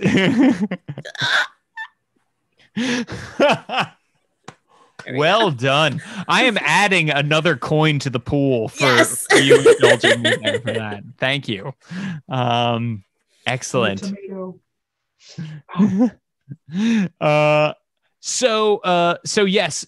So you let loose a scream, Veronica. Since you've probably managed to keep your cool, you can see there are clothes in this trunk, and they are black, finely pressed, well-maintained clothes, as well as a large hat, the sort of attire often worn by Quakers is what is in this. Looks made to fit a full-grown man. And as you find this, that is when we see Mercedes and Red Bonnie are returning. And Mercedes and Red Bonnie, when you open the door, you see on the floor is Calvin. Oh no.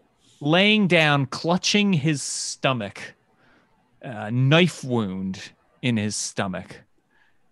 And also, it looks like some perhaps bite marks on his chest.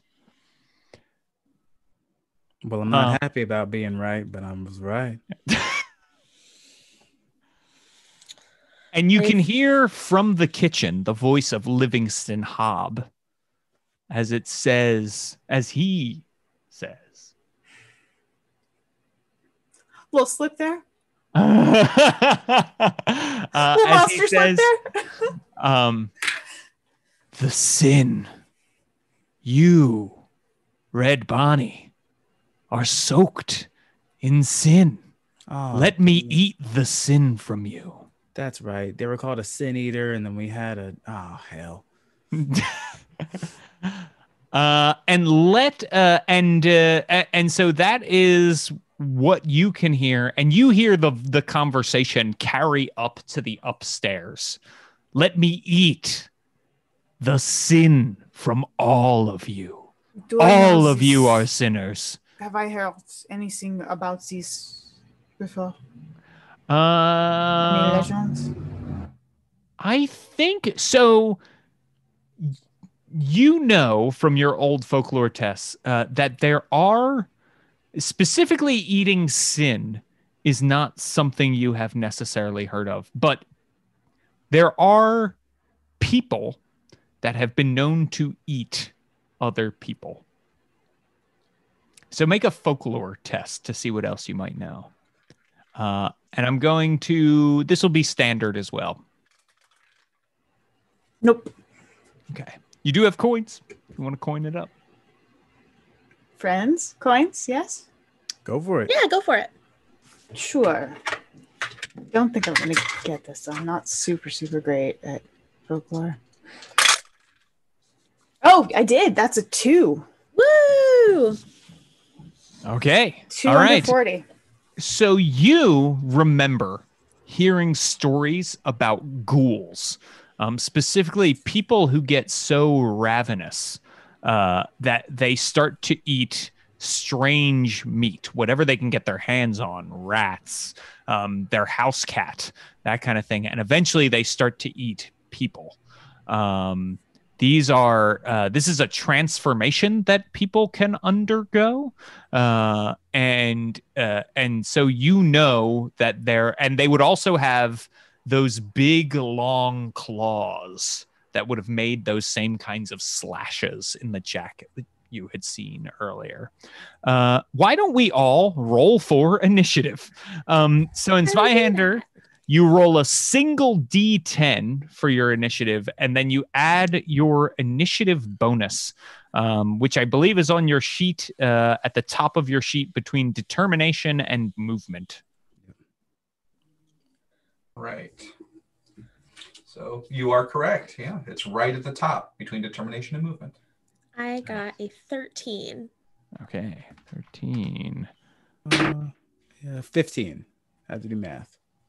15. And what is your bonus there? So, no. Red Bonnie? Yes, you may or may not have tied with a ghoul. +7. Okay. I am All right. 13 also +7. Gotcha. What are you, Bo? +7. Okay. I'll let you two, if you can decide if you want, who wants to go first, or if you want to roll off that. I think I should go first. Okay. Please. And what did you get, Mercedes? Mercedes, I rolled a 10, so a 17. Nice. So Mercedes, you'll be going first. Great. So the way combat works in Zweihander is you have a certain number of action points on your turn. So at the start of your turn, you get 3. You can use action points like it costs 1 action point to move, right? And you have movement there on your sheet. Right now, we're doing this all theater of the mind, and this house is pretty small, so you can get a lot of places in one move. You can also attack. That is generally 1 action point. In fact, you can only attack once on your turn, even though you have 3 action points. And you can also save action points to defend on your turn. You can dodge ranged attacks or parry incoming attacks. So that is how, sort of a very, very brief overview of how combat works. If you all look to in the Flames of Freedom playtest, there is a section on combat, and there are a bunch of different actions that you can take that are like special actions called rough and tumble. And those are like below the belt, a chokehold, an eye gouge, or a knockdown. And so those all cost 1 action point as well. So basically, it's usually 1 action point to do something. Some things cost 2. You can charge, and that adds extra damage to what you're doing and that sort of thing. There's a cheat sheet. It's on page 20 in the Flames of Freedom playtest. But just know that right now you've got 3 action points. You can save some if you want to dodge when it is not your turn. An incoming attack that has hit you, you use a skill roll to try to counter that attack. Does that all make sense? Yes. All right, cool. So you are going first, Mercedes. So I'm looking at this character sheet. and trying to think as best as I can what a woman of faith would do in this situation. And that's tough. So I think what I will do, what Mercedes would do, would be to take that crucifix that she was clutching so tightly, and she's going to hold it out, and she's going to begin a prayer for the forgiveness and absolution of sin. At the same time, I'm pulling a knife, because if that thing gets anywhere close to me or to Red Bonnie, I'm going to try to keep us safe. And to my understanding, is that 3 actions? Crucifix, defend. Yeah, so you'll defend on your turn if you're attacked, so you'll hold on to those action points. But the crucifix and the praying is very cool. I like that a lot. What is your goal? What are you trying to accomplish with the praying? Purging your own sin, or getting this Livingston Hob to believe that you are purged of sin?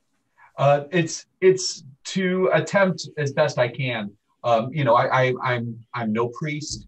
But to attempt to purge us of sin. If it gets that bad, last rites will come out. But for now, let's try to get rid of some sin, so this guy thinks he has a terrible dinner. Gotcha. Okay, I like that. I think this is going to be a guile test, which is a fellowship skill. So make a guile test for me, and this will be standard, +0. Okay. So guile. You said it is a fellowship. Yeah. I'm friendly enough, but I'm a witty, crafty person. So I got a +10. 55 or lower. Go for it. Come on. Ooh. I don't know if they're buying it unless I ask for the ability to use a coin. It's up to you. We got lots of coins up here. We're near the end. Yeah, go for it. That's a 4 though, right? I have 4 is what I have currently, if that's right. So that's an 84, right? Oh, I'm sorry. Is that an 8? Oh, yeah, it's an 84. Oh, I'm sorry. It's covered by your name on the. So 84. I can. So is that okay? It's from our shared pool? Yes, please. Okay, because I really think we need to buy some moments so that Veronica and Bo can come down here and help us. A 19. Okay. You hear Livingston Hob hiss and say, no, your sin must be devoured. And Red Bonnie, it is your turn. I have my pistol in one hand. Mm-hmm. I'm sorry. I have a question. I have something. Sorry to interrupt, Gabe. No, I have something that happens when combat starts. Oh, sure. Yes. I forgot to flag it, and That's may okay. help you, Bonnie, because Red Bonnie is who I select as my target for this. So I get a battle buddy. Nice. And my battle buddy gets a +10 base chance to defend, and you cannot be flanked as long as I can see you. So as soon as I'm within sight range of you, and can hear each other, you cannot be. You get a +10% to your defend. Beautiful. And can't be flanked. I appreciate Both of us do, but all right. you're welcome. Thank Take you. courage. So I can see this creature ahead of me, right? So you hear from the darkness of the kitchen, you can hear their voice coming out. You would need to go into the kitchen if you wanted to see them. Yeah, I'm with my pistol out. I'm going to go into the kitchen to look at this. Okay. So as you come into the kitchen, make me a resolve test. And this is going to be at -20. Oh, wow. Whoa. Yeah. But I think you might. So the assist die, you do get the assist die from your liquid courage. Liquid courage. All right. Thank you. And because what you see when you come into the kitchen is a gray, pallid-skinned individual with horns, sharp teeth, blood coming off of them, long claws. They're totally nude, and the skin and clothes of Livingston Hobb are sloughed off on the floor around its feet. Ew. Yep. I'm glad I got that assist die because originally I rolled a 37, but the assist die gives me a 17, which is underneath the 20 that I need.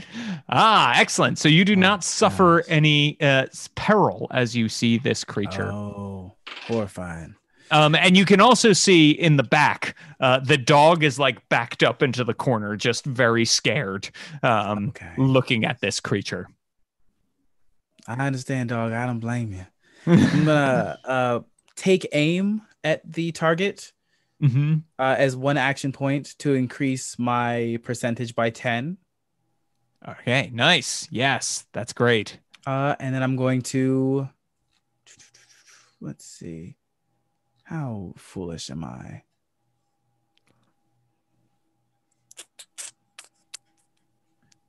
I'm just gonna go for a regular ranged attack. Go for it. All right. So that is 1 AP. Haha. That's a 9. Excellent. So that is a 9. So now you're going to roll your damage, which is a D6, right? Yep. Plus my CB. Nice. Which is my combat bonus. So your combat bonus is the tens place of your combat attribute. That's it. Yep. Yeah. Which is super easy. All right. So that is 3 plus 4, which would be 7. Nice. 7. So 7 is enough that this creature does move up their damage track. And your bullet connects and you see some blood start to trickle down as they let loose an animal howl. And I have bad news for you, Red Bonnie. Worth it. It is that it is my turn now to go. Less worth it. And so they are going to charge at you and attack you. So here we go. Do it. May I ask, James, if my attempt to defend Red Bonnie would help at this moment? Oh, I see. Interesting. That was I one like of my that. 3 actions. That was one of your actions. So yes. Yeah. So let's see if the attack hits first. And if it does, then we can let you make the defending roll if you'd like. So let's see. 50. I do indeed hit. So you would like to defend. You're defending with your knife, right? So this is a simple melee test for you. Oh, that's clever. Okay. Simple melee, I have a 50, according to my character sheet. Go for it. So, point it Nice. out, simple melee plus 10, 40 to 50. 50-50 shot. Boom. And 11. It's a critical success. That is a critical. So I am going to allow you to also roll damage. That not only do you block, you get an attack in with your knife as part of the block. Wow, you can't even see my face right now, how excited I am. So I get to roll an attack, you said? What's or up? Damage.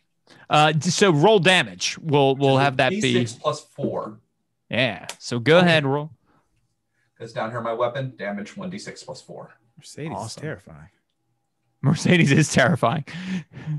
All right. It says 1. Hey, okay. So you actually, your knife cuts along, but doesn't seem to penetrate the tough hide of this thing, but it does pull its claws back as you get it there. It will use its second action point to turn to you, Mercedes. And actually, it's going to hold on to that to defend because I think it's probably going to need to defend itself. So that leaves us to Veronica. All right. I will start to head downstairs, and I see what is happening. Yes. Yes, you do. And actually, both you and Mercedes should actually make resolve tests for me at -20.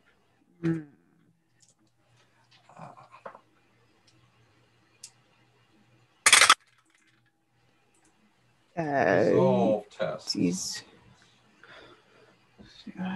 For it. So it would be 50. So no, it is at 37. No, I have to. I can't. The math. minus 20, I have a It's minus 14. 10%, it's under 30. No, I failed. But I get to re-roll that one, correct? Yes, From yeah, the you liquid get courage? a free assist die on this from the liquid courage too, Veronica. Oh, I did it. Excellent. As did Mercedes. Excellent. You have avoided a lot of peril thanks to liquid courage tonight. Let this be a lesson to you all. Drinking is good.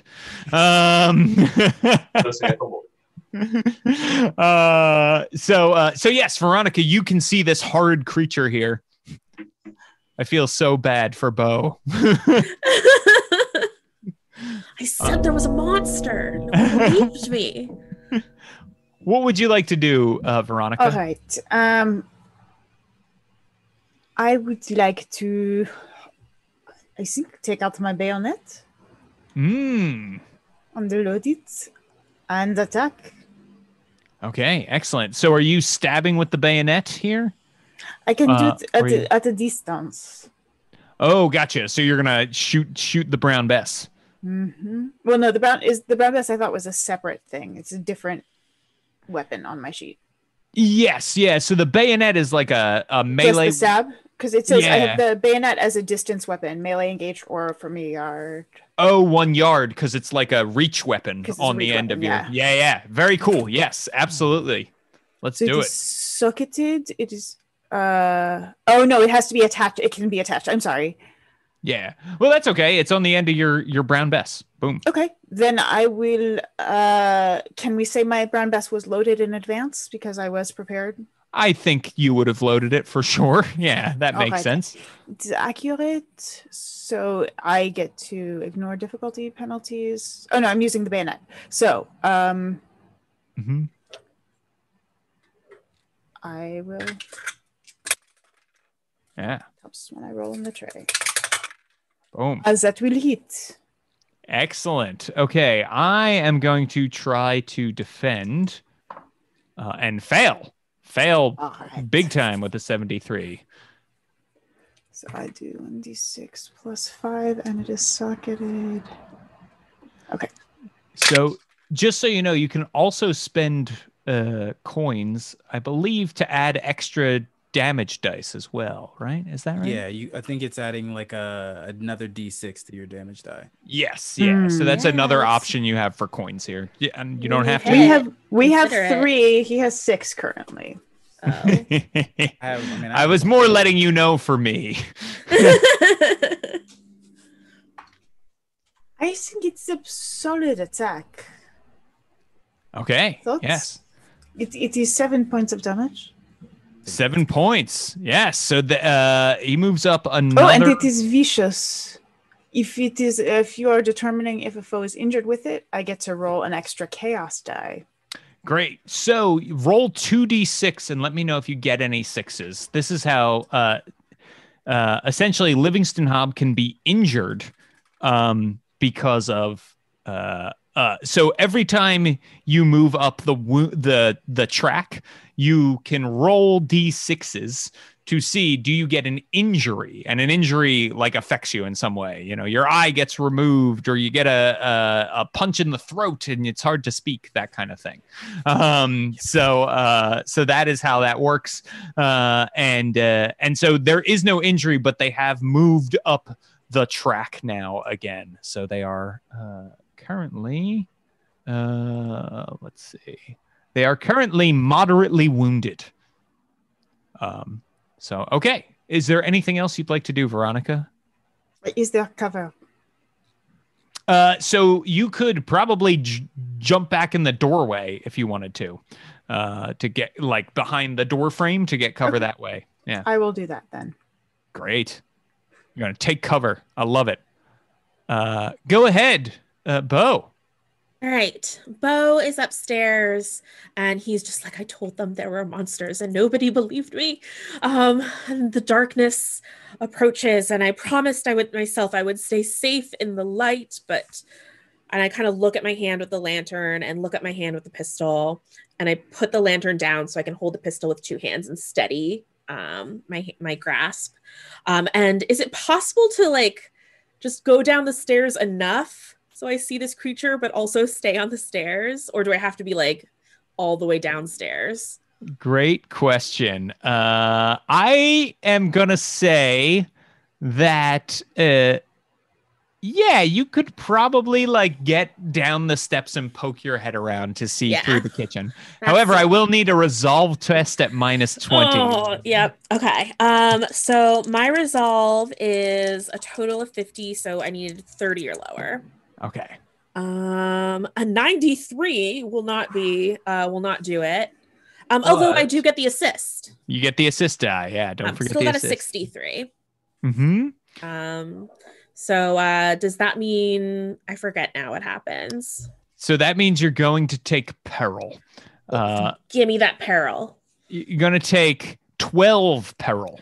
Whoa, okay. It's not quite enough to get to the next peril threshold. Gotcha. So you are just imperiled. Imperiled now? Okay. I am imperiled. If you move up to ignore 1 skill rank, that means you ignore the plus 10% over there on the side. Okay. Yeah. Imperiled feels like how both Bo and I are feeling right now. At all times is how Bo feels. Yes. And it takes everything in him to keep his gaze on this creature so that he can aim his flintlock pistol at it. So I'm going to try to shoot the creature. I imagine his pistol was loaded from when they were doing the search and he took it out in the first place. Yeah, I imagine all of you were probably locked and loaded. Okay, so I got a 38, which is lower than the 45 that I needed. Perfect. That is a hit. Okay. So go ahead. You can roll a 6-sided die. Okay. And let's see. All of a 1 plus 3 for 4 total. 1. So this is the interesting thing. Whenever you roll a 6 for damage, the dice explode. You roll them and keep adding to the total, right? Mm-hmm. However, you are using a black powder weapon, so it also explodes. It already explodes. Oh, cool. Yeah. So you get to roll again and add that to the total. Plus 1.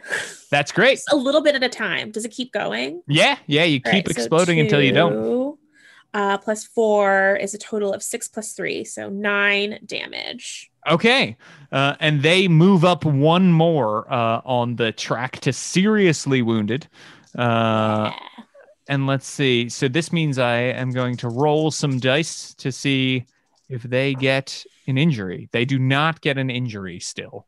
If it matters, are these grievous injuries or are those different from what you're rolling?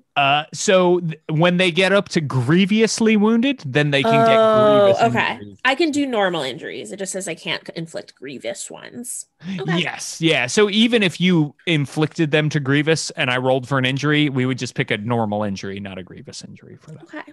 All right. I'm like hiding by the stairs. Gotcha. All right. So we're back to the top, which means Mercedes, it is you again. Right. So my friends are there, and they are incredibly competent in battle. Mm-hmm. This is going very well for us. So I know that's the last thing you say right before everything goes really badly. No, I'm going to try to save Calvin's life. So I've got some things on me. I have a tincture. Mm-hmm. Which will have some medicinal purpose. I have smelling salts, but he's not unconscious. I have laudanum. Yes. Yeah. So smelling salts are good for getting rid of peril. But laudanum and tincture is good for like helping with injuries. Laudanum is good at making people feel good when they are wounded. They look like they're bleeding, so neither of those would help stop the bleeding. You would have to do that the old-fashioned way. All right, so ripping the skirts it is. Gotcha. Yes. Yeah. If you have a bandage, and if not, you could use. It doesn't look like you have any bandages, so you could totally rip the skirt. I will rip the hem of my skirt.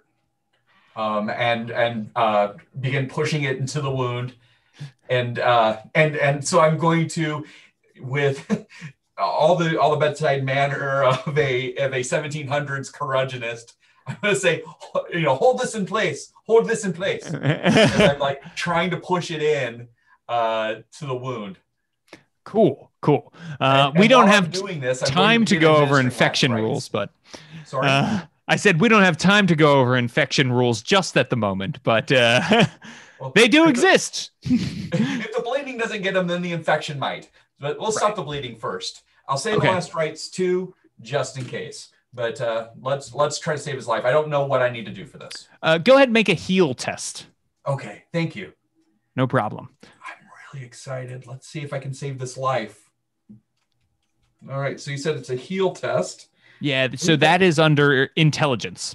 I can see it right here. I'm not particularly skilled at it, but I am smart enough to get a 40%. Go for it.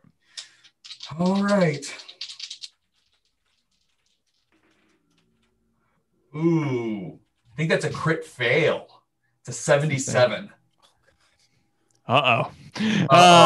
So I'm going to be thankful I gave him last rites, because you're going to tell me something awful is going to happen right now. Yeah, so before your eyes, Calvin just perishes in front of you. A coin. But the coins cannot be used on critical failures, sadly. Yeah, when a critical failure happens, it's done. And so, yes, you see Calvin before your eyes, and reaches up and sort of touches your face, Mercedes, and he says, "Kill that bastard." And it is Red Bonnie's turn. Oh, Consider it done. Sticking to my name, I'm actually gonna basically like drop the pistol and do that thing where someone like tosses a knife up and then grabs it, but I want to like toss it forward so I can do the charge action towards him, and then grab it, like kind of like slide over a table a little bit and then try to stab it into him. Go for it. Yes, I love it. Right. So that is, it's a 47, but I have a plus 10%, which I needed 55. Great. All That right. is a hit, and I am out of APs to defend. Cool. So I have one die from the regular attack, a second die from charging, and I did get a coin from Radiator much earlier on that I want to use to add an extra D6 to this. Okay. I love it. All right. So, all right. And I rolled 2 6s. So those will explode. Let's roll again. Okay. Ooh, this is a lot. Great. 10, 12, 22, 27. Wow. Even if they were uninjured, you would slay this creature. So tell me, in the immortal words of Matt Mercer, how do you want to do this? I want to toss the knife up and because it was, for whatever reason, I'm picturing like an island in the middle of it. Mm-hmm. I want to slide over the island, grab the knife, and then stab it in the chest, but with the force to push it onto the ground with that knife stab. And I want to whisper, "They call me Red Bonnet for a reason." Yes. And so you, as you whisper that, Red Bonnie, you see the life go out of this creature's eyes. And he just keeps whispering, the sin. Drown in your sins. As he expires. And you see in this scene, Veronica, that you're peeking over the doorway. You can see that there is a door that leads down to probably like a basement behind this scene. And you hear someone call out, "Hello? Hello? Is someone up there?" Who's there? My name is Jack. I'm down here with my... We know you, Jack. Oh, you do? I don't know you. You sound French. Do you have a problem with that? No, not if you're here Why to is help. everyone so surprised? Everyone seems to not know that the French were involved here. No, I don't. Listen, I'm from North Carolina. You are going to wait there. We will be with you in a moment. Just sit tight. Okay. And I'm going to go. We didn't explore that room with the light, correct? Yes. And when you go up there, it is a powder room that has like a low burning candle in it. But again, this powder room doesn't seem to have much of anything in it. It's rather clean. Looks like there are chamber pots there that are like dusty, have not been used. This is remarkably strange for a Quaker. Mm-hmm. All right. However, there is a clawfoot bathtub that does have one of the skins of Livingston Hob in it. So there's that as well. Very gross. Cool. Awesome. Excellent. We will not allow Bo in here. I'm going to just close this door. Come along, Bo. Monster. And I'm just pointing at the skin on the kitchen floor. It is not dead. It is taken care of. Do you want to stab it, Bo? Oh, sorry, go ahead, Gabe. Would you like to stab it, Bo? Just for like you know when you like touch something and you touched it but it moves a little and that scares you? That's Bo right now. Mercedes will do the compassionate thing, lean down as way closer than she would ever want to get to this thing, and actually administer last rites to it. To the skin. Oh, okay. To the monster. To the monster. Oh, to the monster. However, the creature it was inhabiting was a Quaker. Is that its belief system? Well, I would like to believe that none of us are beyond redemption.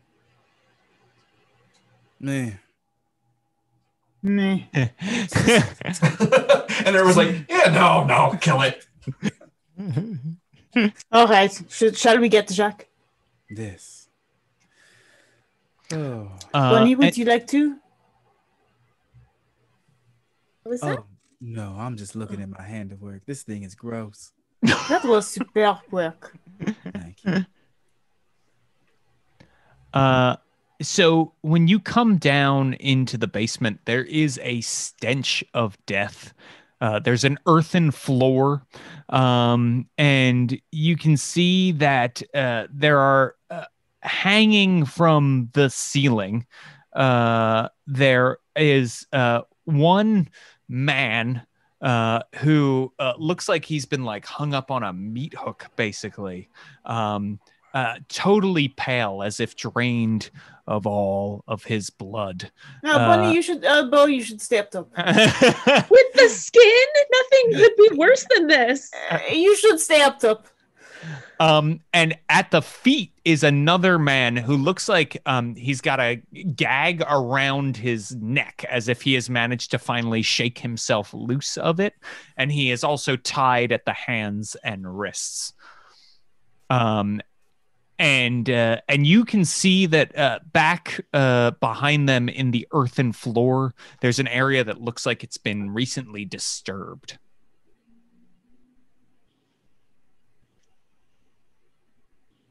I'm gonna go take a look. Whatever.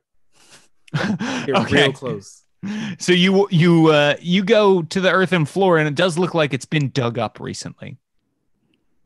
Like and then turned over, like refilled here. Oh, maybe that's a body. Man, I wasn't looking for them. Joan.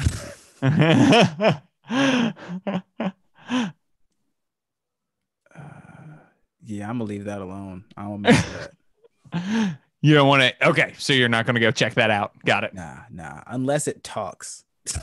It does not talk. I'll Are we look. sure Whatever. it I'll is start clearing not it out. Jack.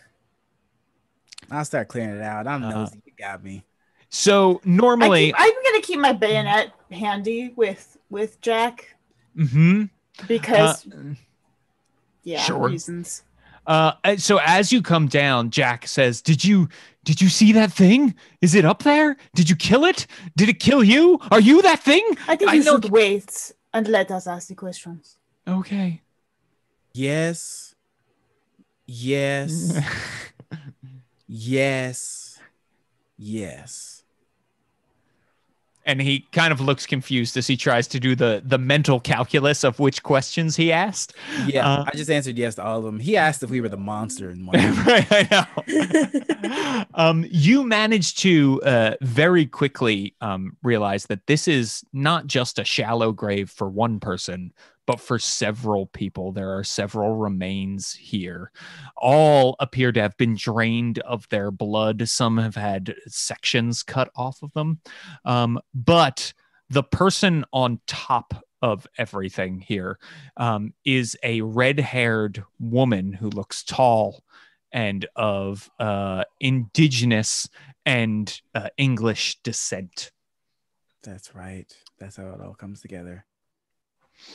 And normally we're at the end of the adventure. Normally I would have you making resolve rolls for all of this as well.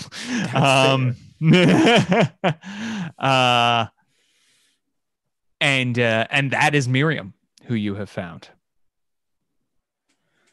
Damn. Yeah. Well, And so, yeah, I think that is a good place for us to maybe start to wrap up this adventure here. And so when you question Jack, you learn that the person hanging next to him is Charlie. And he tells you that when he was out in the woods, he was attacked. He found a friendly Quaker named Livingston Hobb who tried to lead him to the right place. And then Livingston Hobb turned into a monster and captured him. And he watched him drink the blood of his friend, Charlie. And that he was being held in the basement for later, and that Livingston Hobb kept talking about drinking his sin and told him all about the various sinners he had found, because Livingston Hobb was a Quaker who long ago was attacked by a ghoul and became infected with this ghoulish disease that transformed him, and has justified it to himself by attacking other people who he believes are sinners and drinking the sin out of them. Got it. Eating the sin, if you will. The Sin Eater, which is the name of this adventure. Miriam, when you search her body, you find that there is the remains of a message, but all you can see is a symbol on there, which you know as the symbol of the Freemasons, who are one of the secret societies that is a faction in Flames of Freedom. A chance to continue adventures further. And so I think I would just ask, as you all are walking wherever you're going to go next, perhaps in the light of the morning, perhaps at night because you want to get as far away from here as possible, what are some final words you all say to each other as you walk in the light of the rising sun, we'll say, back towards Trenton? Bo would say, so you've all seen the monsters now too, and you know that they are real, and redemption, violence, war, all these things that everyone is so concerned about don't matter, because the darkness is coming for us all. No, I think God. I think Red Bonnie responds.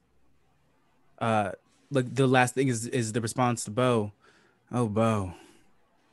Monsters have been all around the whole time. It's just now that all this war, this terror, this pain is out, the monsters feel right at home. And if the darkness is coming, then it matters more than ever what we do. We will stand against it. Stand against it with the tools at our disposal. You have your strength, you have your courage. We have our belief. That has to be enough. I think it was enough with just your singing. And we all start singing rounds. And the credits roll as we we sing it in multiple languages. Right, yeah. and the GM sings "Where is Thumpkin?" because that's the one he knows. And where's that voice coming from? And thank you all so much for playing. Thank you for watching. Let's very quickly go around the table, let people know where they can find you on the internet before we go. Lisa, let's start with you. Yeah, hi everybody. I've been Lisa Penrose. I am the brand manager for a platform called Dungeon Masters Guild. If you're into D&D 5th edition, you can find me on the internet at Lisa, spelled with a Y, Lisa Penrose, on Instagram, Twitter, and Twitch.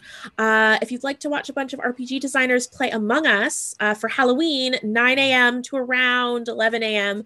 Pacific time, we're going to be playing on my Twitch channel, just destroying some friendships. Excellent. Jen, where can people find you? Yeah, I am Jen Kretschmer. You can find me on Twitter and Instagram as @DreamWisp, DreamWisp, and on Twitch as DreamWispJen.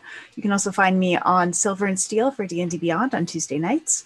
And on Halloween, I will also be hosting a movie night over on Beetle and Grimm's channel. So that'll be really fun. You can watch some spooky movie. Excellent. Gabe, where can also, people... sorry. Oh, no, go ahead. Oh, I'm also the creator of the Tabletop Accessibility Toolkit, which is in my pinned tweet. Yes, go check it out. It's great. Gabe, where can people find you? You can find me on Mondays on the D&D Twitch channel at 1 p.m. Pacific time, playing through Rime and the Frost Maiden. Fridays, you can find me on the Roll20 channel at 10 a.m. Pacific time for my talk show, Table Talk, which is literally just a show about trying to get more people to GM and tell stories, because we have an everlasting need for more storytellers, and it's less can you do it and more just taking that jump to do it. Last thing, you can find me on the Mythic Grove channel this Halloween for the finale of a werewolf game. Ironically, also a full moon on Halloween. So what a way to have a finale. That's excellent. And Connor, where can people find you? I would love it if anybody who is interested in messages of positivity and inclusion and mental health, follow me on Twitter. My Twitter is the Healer DM. DM is in Dungeon Master. If you're interested in any of the charity work, I work with D8 Summit Charities.